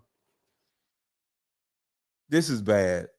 This is very, very, very bad. It doesn't really answer the question, in my opinion. And here's the thing.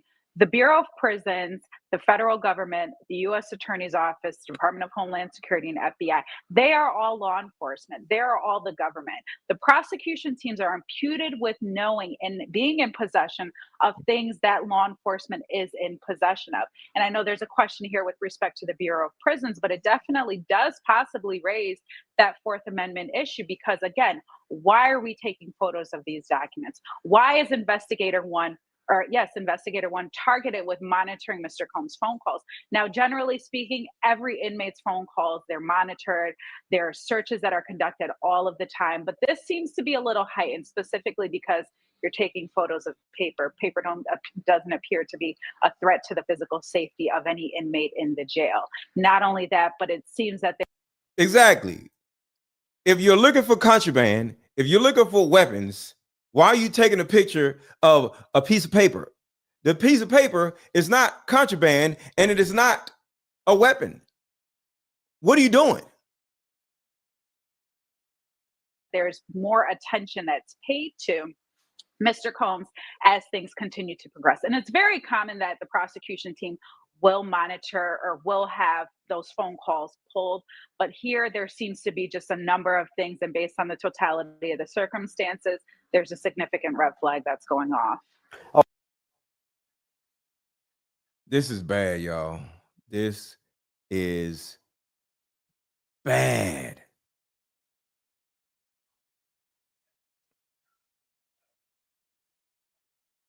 Quick commercial break. We'll be right back.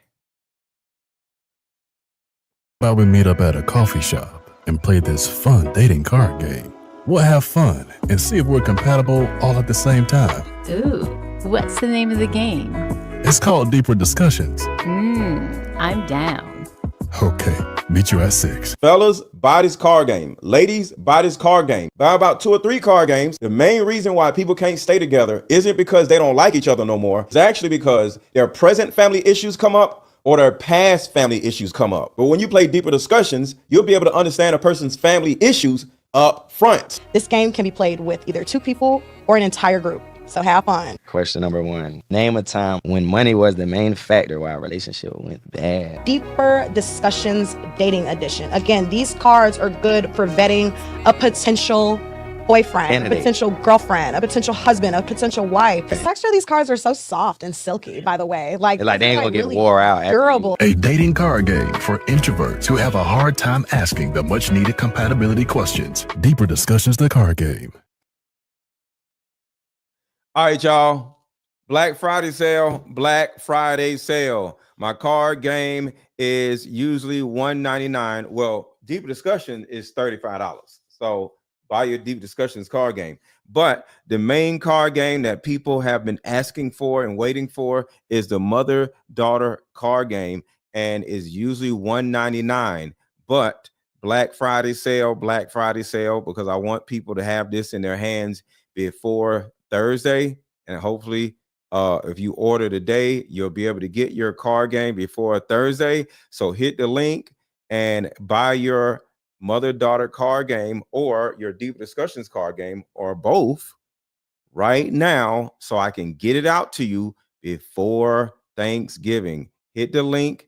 It's it is only $62 right now. It is usually $199. So if you don't get this card game now, I don't want you whining talking about it's too much. It's $62 right now for a Black Friday sale. Hit the link and buy your card game now. The link is under this video. The link is in the chat. Let's go. So let's get back to the situation at hand. This is getting really crazy. Okay, Mauricio, I'm going to go to you with a new update from court. So the prosecutor says none of the prosecution team were aware that Investigator 1 was going to be part of this suite.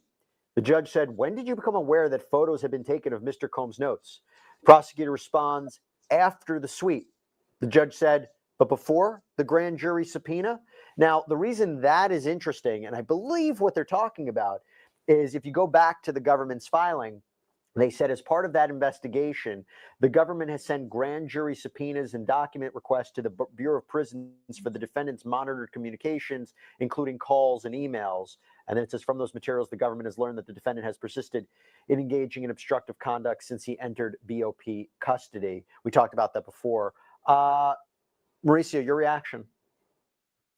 So they're basically saying that they're subpoenaing documents, but they're sending their investigator to get what they subpoenaed because they don't want to wait for the subpoena. Listen, it's making them look ridiculous. The longer that we talk in this particular broadcast, the worse it's going for them. What you just said really makes them look bad. You guys didn't even know where Investigator 1 was, but then again, you took what Investigator 1 gave you and you used it. Like, I don't know. It seems like no one wants to take responsibility for this PR nightmare that they created themselves. And at the end of the day, what did they get? And also, before I forget, they're taking pictures of a legal pad. That's kind of already like, it's a legal pad. Like people would say you should have, the thought that maybe there could be some writings or notes regarding your case on a legal pad. So that's something else that could be looked at. But as far as I'm concerned, a prosecutor saying that they didn't know that Investigator 1, it doesn't seem true at all. Well, there is a response where, the prosecution is saying it seems the defense is not being totally transparent, because here's another update from court. The judge said to the prosecution, so there's nothing else? The AUSA Slavic, the prosecutor said, Mr. Agnifilo says the defense team does not know what the Tain team has, but we made a production to them last night of everything, not just the 19 pages that were passed to the case team. So Safa, they're basically saying that, yeah, defense is saying they want to know everything that was taken. They want to know everything. We told them everything that was taken or everything that was produced. You may have finally disclosed it because you knew that this hearing was coming forward today, but this should have been done long ago. Not only that, but I think at this point, what's important is to get investigator one into that courtroom, put investigator one on the stand to make a determination as to how he was directed to get these documents, who he spoke to, how he came to the decision to photograph those documents, and so on and so forth. So I really think that's where we are, is having investigator one come on the stand. That's going to be the answer to all of our questions. If investigator one hits the stand, it's going to lead to a mistrial. It's over. If they bring investigator one on the stand, it is over with. We're going to have another Young Thug trial. Yo, justice is full of idiots. Justice is idiotic. We're not getting justice at all. This is bad. I have a question from Susan LeBlanc on YouTube. So no cameras through the whole court process? Unfortunately, no. We do not allow cameras in federal court, New York federal court. I could talk forever about how I think that's a mistake. I think there should be cameras in the Supreme Court as part of transparency. I think it's better for the public to see it. We get to see the evidence ourselves. No more rumors, no more speculation. It's a good thing to see the judicial process play out. But unfortunately, I am just a host on Law and Crime. I am not the chief judge anywhere yet. We'll see where this goes. Anyway, we got an update from court. Prosecutor says, these materials were obtained as part of the government's covert ongoing grand jury investigation. The judge responded, is it standard procedure to photograph notebooks rather than take them so it could be known they were taken? Prosecutor said, I don't know. Who wants to answer that one? Just a really shoddy investigation. Wait, what? Come on, man. As part of transparency, I think it's better for the public to see it. We get to see the evidence ourselves.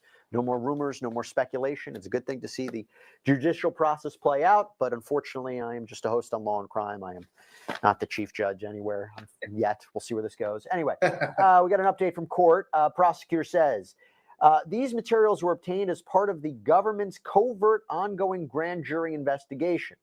The judge responded, is it standard procedure to photograph notebooks rather than take them so it could be known they were taken? Prosecutor said, I don't know. I don't know. Who wants to answer that one? Just a really shoddy investigation. Again, and to Mr. Padilla's point earlier, is if you issued grand jury subpoenas, then why do you have to have investigator one go in and photograph specifically what you seem to be looking for? It doesn't make sense. It's really shoddy. It's really fast and loose.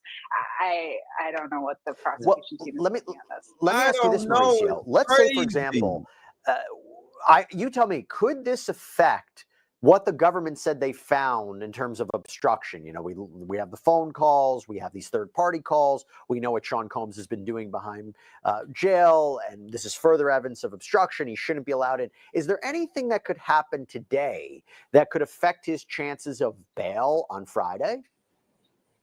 I don't think so. I think they're completely separate. One thing is whether or not he's a flight risk. One thing is whether he's a threat to the community, as a whole. And the other thing is the prosecutorial misconduct that they're engaging. I don't understand how you say it's a covert grand jury investigation, but you started off saying that it was a random sweeps. Like, which is it? It can't be both. Well, they could say it said we were continually investigating what he was doing behind prison. And look, this sweep happened. We didn't order the sweep. They ordered the sweep, and it just so happens during the course of the sweep, bada boom, this came up. No. Right. So the covert investigation was investigator one. Because the thing about it is, who comes into a raid with a camera, y'all? Who comes into a raid with a camera? This was planned. Who comes into the raid with a camera? one in with everybody else that was conducting the random sweep, and then went straight to Diddy's cell to photograph. So that's targeted. That's the definition of targeted. I want to read, in my opinion. That's fair. That's fair. The judge might see it that way. So this is an update from court. The prosecutor said, "We are not required to notify the defense of our ongoing investigation of criminal conduct. We receive these materials in an appropriate channel. Whenever we get new information, if there's reason to believe there's privilege, it goes to the filter team." Safa, walk me through that. How, if it goes through the filter team, is everything okay? Absolutely not. Because who determines what's appropriate with the filter team? You're asking the government and the police or law enforcement to police themselves. There's no outside check and balance administrative board to say, yes, provide us with that documentation. We, as an outside, source or organization or agency, will then determine if it's appropriate, if it's confidential, privilege, or anything like that. So essentially, it's the government trying to police themselves and cover up maybe some things that they maybe inadvertently or targeted and wanted to get in possession, and is now in their possession. Well, I have another update from court on that. And by the way, if you have any questions about what's happening today, if you have questions about the case in general, please throw them on YouTube. We'll address them here on air, live look at the courthouse. So Mauricio, the judge, Judge Subramanian, says if they were verbatim notes of his meetings with his lawyers, how would you know without asking the defense? And the prosecution responded, "Our filter team does a serious job. This investigation was covert. We had a lot of information before charges were brought." Thoughts? Who is this filter team? Like, who are these people? Like, I really have never worked in a case that had a filter team. Today was the first time I've even heard that the term. I'm assuming that it's prosecutors or people that work at the prosecutor's office. I don't know who they are, but I, as a defense attorney, don't trust them. They're probably part of the government. So I really don't understand why, if you just label them filter team, that they're not part of the government, part of the prosecution, and part of the problem, of the ongoing problem. Yeah, I'm trying to look in their last filing if they give a description of who the filter team is. There's this interesting part. They says, as is consistent with the practice in this district, the filter teams review segregated, potentially privileged materials as evidenced in the redactions contained in the photographs. This approach is eminently reasonable. Here, where the photographs related to the government's ongoing covert grand jury investigation, the government had no obligation to seek defense counsel's view of the privilege determinations made by the filter team. Saf, I'll give you an opportunity to respond to that. Yeah, and I think I did review some of the documents earlier on the case, and I think that the filter team is a team that is assigned and works in the Bureau of Prisons. So they're determining whether or not it's confidential privilege or attorney-client privilege. Again, expecting the Bureau of Prisons or the government to police themselves. And there's a question there because it doesn't appear that any defense attorney has the ability to say, yes, this is attorney-client privilege, or even the judiciary or anything like that. So that's a significant question. It also brings to mind, and for example, when we have wiretap cases and there's been a wiretap on a phone for maybe a year to 2 years and they've been listening to our clients, but then when the client calls us as their defense attorney, the police themselves determine, oh, this is attorney-client privilege. Let me turn it down for 30 seconds, then pop back on to see if they're still talking to their attorney, and then let me hang up. So again, it's just really odd, really, in my opinion, inappropriate ways of monitoring these important correspondence. So we have a question from YouTube. This is Pam from YouTube, excuse me. Mauricio, I'll throw this to you. How would anyone know if it's legal talk on that notebook or that it's him trying to get illegal messages out to others? Why would they go on faith with a high-profile criminal? Why would they go on faith with a high-profile criminal? Like, meaning justifying taking pictures and looking at it? Listen, at the end of the day, what did they think that they were going to get? Information regarding obstruction, or it seems to me that they already have them busted doing a bunch of incorrect things, including three-way calls, including trying to activate social media to affect the jury pool. Like, if you got them cold busted on certain things, don't muddy the waters and do this ridiculousness, because what are you going to have? You're going to have a day like today where you're in court trying to explain your tomfoolery to a federal judge, and it's not paying off dividends for them. So we are providing updates from court. I have a few more that we want to talk about. Safa, so apparently the prosecutor said, I understand there's a dialogue between the defense and the filter team I'm not part of that. The judge says, I don't understand that dividing line between the covert investigation and discovery in this case, given that the defendant has been charged. Prosecutor also said, our grand jury investigation is ongoing into conduct that has not currently been charged. We have multiple ways to get information that are not obvious to the defendant. We are not obliged to inform them. They have no authority for that. Safa. Here's the thing. They can have an ongoing investigation all they want to, but Mr. Combs has already been indicted, and post-indictment now, and as we head through the stages of the proceeding, there are documents that they are generating themselves that could be discovery and are required to be disclosed.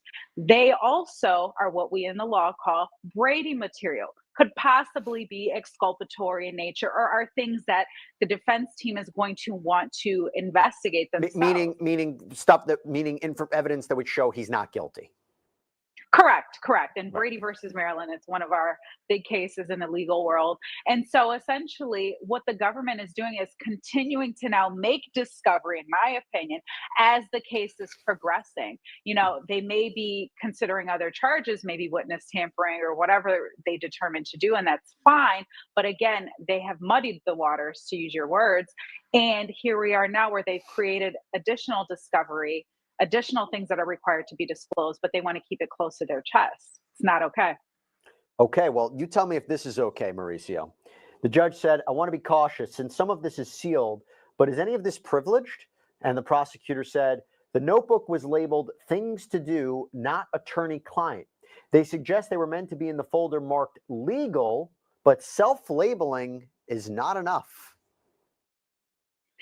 Things to do when you're indicted and sitting in jail it's pretty assumes that things to do have to do with your case. I mean, that's pretty much fair? the Is main. That fair? Maybe it's I don't know. Do 1,000 crunches today. Make sure to call mom. I don't know. Yeah, but I'm sure that in that notebook, things to do, and you have this looming indictment is going to include some things that have to do with your legal defense. You know, and it's not okay to just go in there and start photographing things and trying to get an upper hand. At the end of the day, I mean, they have a pretty strong case. I don't understand from my perspective. And this whole thing smells like a superseding indictment. People like his son, the feds love to indict your relatives. So if they got Diddy's son doing inappropriate things, that for them is, they love it. Because nothing is worse when you're sitting in prison than all of a sudden they indict your son or a relative or a close friend. I mean, there was an allegation put forward in the most recent bail application, the bail motion by the government, Safa, where they basically say Sean Combs is having his family doing his bidding for him. So it's clear there's a grand jury investigation going on. It seems more likely than not there could be more charges leveled against Sean Combs, but possibly others, right? Yeah, absolutely. And I think that's the way that the government is trying to, of course, frame it. I think one of the important things here and what everybody is kind of on edge about is the possibility of witness tampering. And so whether it's Mr. Combs or anybody that's close to him, including his family and his children, really have to be mindful of what they are putting forth to the public, who they're speaking and communicating to, and things of that nature to avoid any subsequent charges that could come about. That's one thing. The other thing I'm going to say is, and I think that the government alleged in the bail application or in the opposition that Mr. Combs' son was using social media to allegedly taint the jury. And one of the things we have to remember is that although a defendant's been charged and they're incarcerated, it doesn't stop the real world and life from going on. If a family wants to celebrate their birthday or their loved one's birthday, they should be able to do that. Mr. Combs, of course, is a high-profile individual who's got tons of followers on social media, and there are people that still do, believe in him and enjoy his music and all of those sorts of things. And so what I'm plainly saying is that Mr. Combs shouldn't be robbed of the ability, or his family shouldn't be robbed of the ability to celebrate him in whatever way they see fit. I always found that to be a little bit of a stretch, that argument. Well, he's posting, birthday videos. His son has taken over his Instagram and is posting messages about, posts about his rap career and music videos. I think that in of itself might be a little tenuous to say, oh, that's going to influence a future jury. We don't even know who the jury is. It's not like trials tomorrow. but also he might have a right to change the public narrative about him nonetheless. He's a public figure. That one always felt a little rough around the edges. There would be a different allegation where they were saying that, you know, and this is something that I thought was really interesting, is the prosecution essentially identified one of the key witnesses in this case and made the allegation that Sean Combs had pressured her to make a public post. This was before his arrest, that basically said one of the allegations in one of the lawsuits was false. So that would be a little bit different. Okay, I have another update from court. This is from the prosecutor. I think, again, talking about what these materials are or what was seen. These include action. So again, I think this is about things to do, Mauricio. I'll throw it back to you. Prosecutor says these include action items for non-lawyers. That's not privileged. Their information about family members' birthdays, also not privileged. We point to the Lumiere decision by Judge Rakoff. We are happy to engage with the defense. What are they talking about? I mean, it seems to me that they're talking about whether or not the actual information is privileged or not. They cite case law. The problem is that most people, including lawyers that do this for a living, have never seen this type of behavior. Like, they're going out on a limb for everybody, the legal community, the community at large, and the public is looking at them saying, really, guys? You guys are in there photographing, you know, his manila envelope that says legal on it. You're going through his legal pads. So the prosecution can cite whatever case they want. At the end of the day, the public is going to think whatever they want. And as of right now, it looks like if they're really you know, trying to find evidence that they need, it makes them look like needy, which I don't even think that they are needy. I think they have plenty of evidence, but they're greedy. They want more. They always want more. And I've always predicted that at some point, I know Diddy's was active in politically. I think they're going to go after some of his political friends. I don't know. That's always the next game. Who are they going to go after next? I don't know. We'll see. Yeah. But I tell you what, talking about looking ahead, there's a mention of the bail argument on Friday. So latest update from court right now. The judge said, how about agreeing that I should not consider these two excerpts in your opposition to the bail motion? And the prosecutor says, I think that's right for the bail argument scheduled for Friday. The judge said, what about putting them in a vault? They are inspirational messages. Kind of hard to talk about what they're referring to, but it seems to me at the very least, Safa, that there might be parts of the bail motion that I mentioned that the prosecution can no longer argue for Friday, maybe? Yeah, so I think there's an allegation that's been made by the defense here that whatever information had been obtained by the Bureau of Prisons and was ultimately turned over to the U.S. Attorney's Office was used at some point during some bail application. Which one, I don't know. So I think what the judge is essentially saying here is in preparation for tomorrow's bail application, which they possibly have filed their papers in advance of that, request in opposition and the prosecution's opposition to the defense bail application, that some of the information that was obtained through the search and was used in that application will be kept out or stricken. So the judge will basically instruct himself, well, I'm not going to consider these things. We're going to act as if they don't exist. Maybe it's about that whole section about the birthday messages. Maybe the judge is saying you can't use that stuff anymore in support of your opposition to bail. I'll tell you what, we're going to take a quick break. When we come back, we have a lot more to talk about. I think I have to sign off my guests. Yeah, I have to sign up my guests. It was great having both criminal defense attorneys, Safa Robinson Ferrer and Mauricio Padilla. Look, you guys are fantastic, but both criminal defense attorneys, I saw a little bias here, but it's okay. You both were terrific. Thank you so much for coming on. Really appreciate it. We'll take a quick break. We'll come back right after this. Stay with us, everybody. Thank you so much.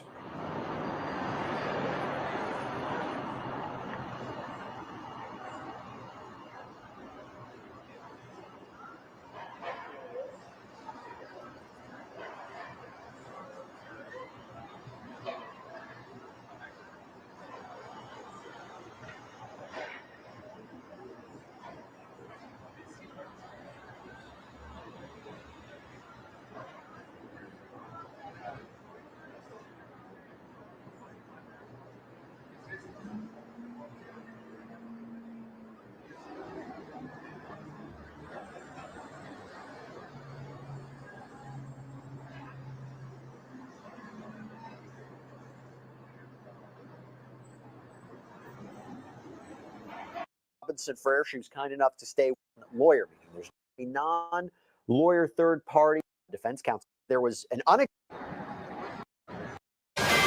violation of Sean Combs' rights. What could be the repercussions for it? We heard earlier this defense counsel telling the judge, Judge Arun Subramanian, they want the indictment dismissed. They want it thrown out. That could be a potential violation for this.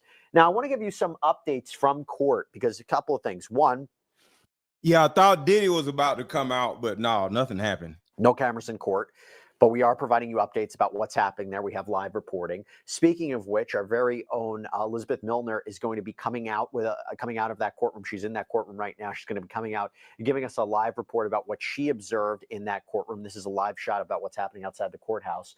But let me tell you a little bit more about this as the judge is weighing about, were there privileged communications? Was there attorney work product that was improperly seized or photographed? So these are a couple of updates. The Judge Subramanian says, what if an individual had counsel paid by another? The prosecutor in this case said the payment, not privileged. And if it's about paying off a witness, that is what we are investigating. These notes refer to individual 2, a non-lawyer third party. It's on his to-do list. His to-do list was one of these papers or these folders that was found in his jail cell. And remember, this ties into the ties into the prosecution's argument that Sean Combs should be denied bail. That there's going to be a hearing on that on Friday. One of the accusations is that even behind bars, he has been trying to influence witnesses. He has been improperly communicating with people. He has been having family members and others doing his bidding to influence the case. So moving on, the judge said a defense lawyer can investigate potential witnesses. It would be malpractice not to. If these are about the defense team's preparation for witnesses, isn't it a closer call if it falls into work product? The prosecutor responded, the person tasked is a non-lawyer, meaning there's no privilege there.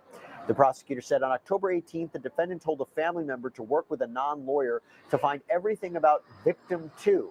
And this non-lawyer, individual 2, is not identified as part of the defense team. Judge responded, what about turning over the surveillance video? The prosecutor, in another response, said, we are opposed. There is no authority for that. Judge said, I noticed that. Mr. Agnifilo, this is Sean Combs' attorney, they want to work with you to try to resolve this. Agnifilo seems to laugh. And then the judge said, you may not agree, but why not discuss? Agnifilo says, we don't want to give them insight. Agnifilo says, all the legal pads say legal. What the government is saying was searched is just not accurate. The judge said, wait, you're saying the photos taken from pads marked legal. Can you show me? And then Agnifilo apparently walks up and hands Judge Subramanian a notepad. Agnifilo then says, when we visit him in jail, we have lists. Everything in these pads are things we discuss.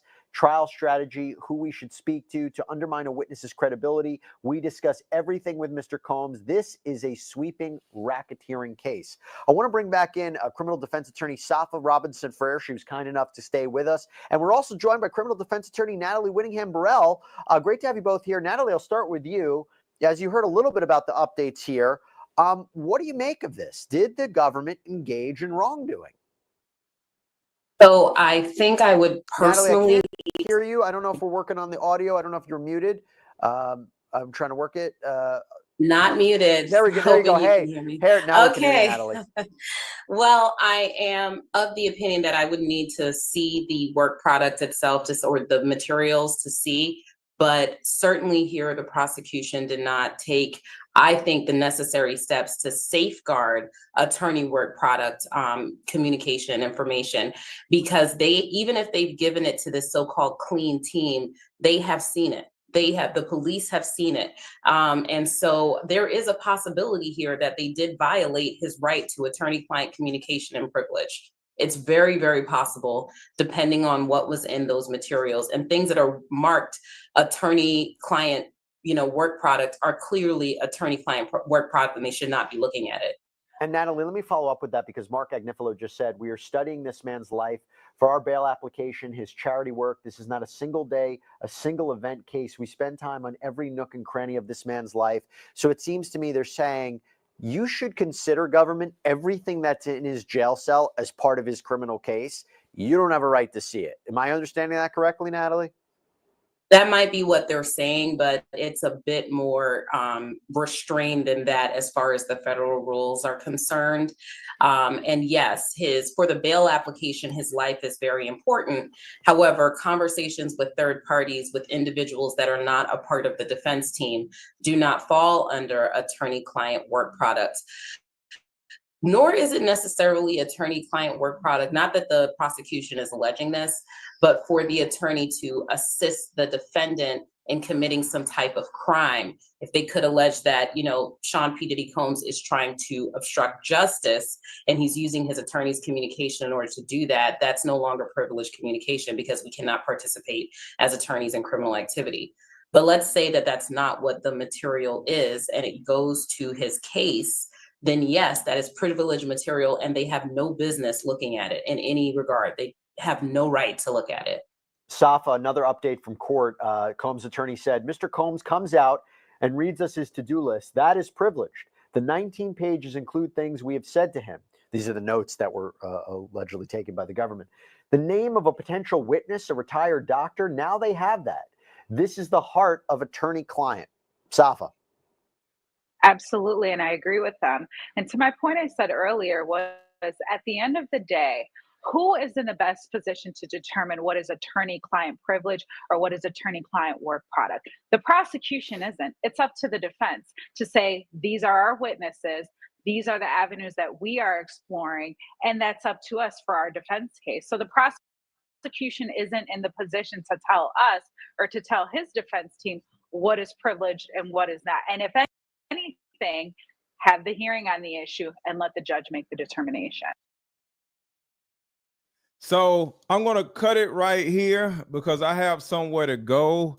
I'm going to come back, I will say, like later on tonight, and we're going to touch on the rest of this. So because I got somewhere to be. But according to everything that we've heard thus far, because I actually got on the phone with somebody real quick, this is not going to call for a mistrial. What can possibly this possibly can mean is that it's just going to be inadmissible in court. Because I got on the phone with somebody when I left the stream for a minute. So this is something that will be thrown out of the court, the evidence, not the case itself. So he is not going to be able to ask for a mistrial. The evidence presented or potentially presented will just be inadmissible in court. So that is good to hear. And we are safe. And as long as they don't keep doing stupid stuff, we are going to be good. So it's just going to be inadmissible evidence in court, and that is it. But I'm going to come back later on tonight and talk about this some more. So see y'all later, and thank y'all for hanging out with me, and share this video with somebody that wanted to, hear some of this stuff. So, and before I go, remember, for a few more days, I'm doing a early, Black Friday sale. So my mother-daughter card game that is usually $199 is now $62. And it's only going to be like this for a few days. So I want to get the card game in people's hands before Thanksgiving. So if you know somebody that has a tumultuous relationship with their mother, or if you have a tumultuous relationship with your mother, this is a perfect gift and is a perfect tool to use to play with your mother or somebody else's mother. It's actually 2 card games in one. There's 2 decks, and 1 deck for mom and 1 deck for daughter. So whether you have a daughter or you have a mom and you're a woman, or you have a sister, girlfriend, or somebody like that, get this card game in their hands. I promise you, You will be loved for it. Perfect Christmas gift, perfect holiday gift. Give it to somebody early. Forget Christmas, just give it to them for Thanksgiving. It's a mother card game. It's a mother deck and a daughter deck. So the mother can ask her questions and the daughter can ask her questions. This is about healing. So if you got somebody in your family that has issues with their mom or with their daughter, make sure to buy this card game while it's on sale. It's going to go back up in a couple days and y'all going to be mad. Regular price $199. Right now it's $62. So we did not get to our goal of 10 card games sold. We got 6 card games sold. So make sure to get your card game. Talk to y'all later. See y'all later. I'll be back tonight, so make sure to look out for my my notifications. See y'all later. I'll be back tonight.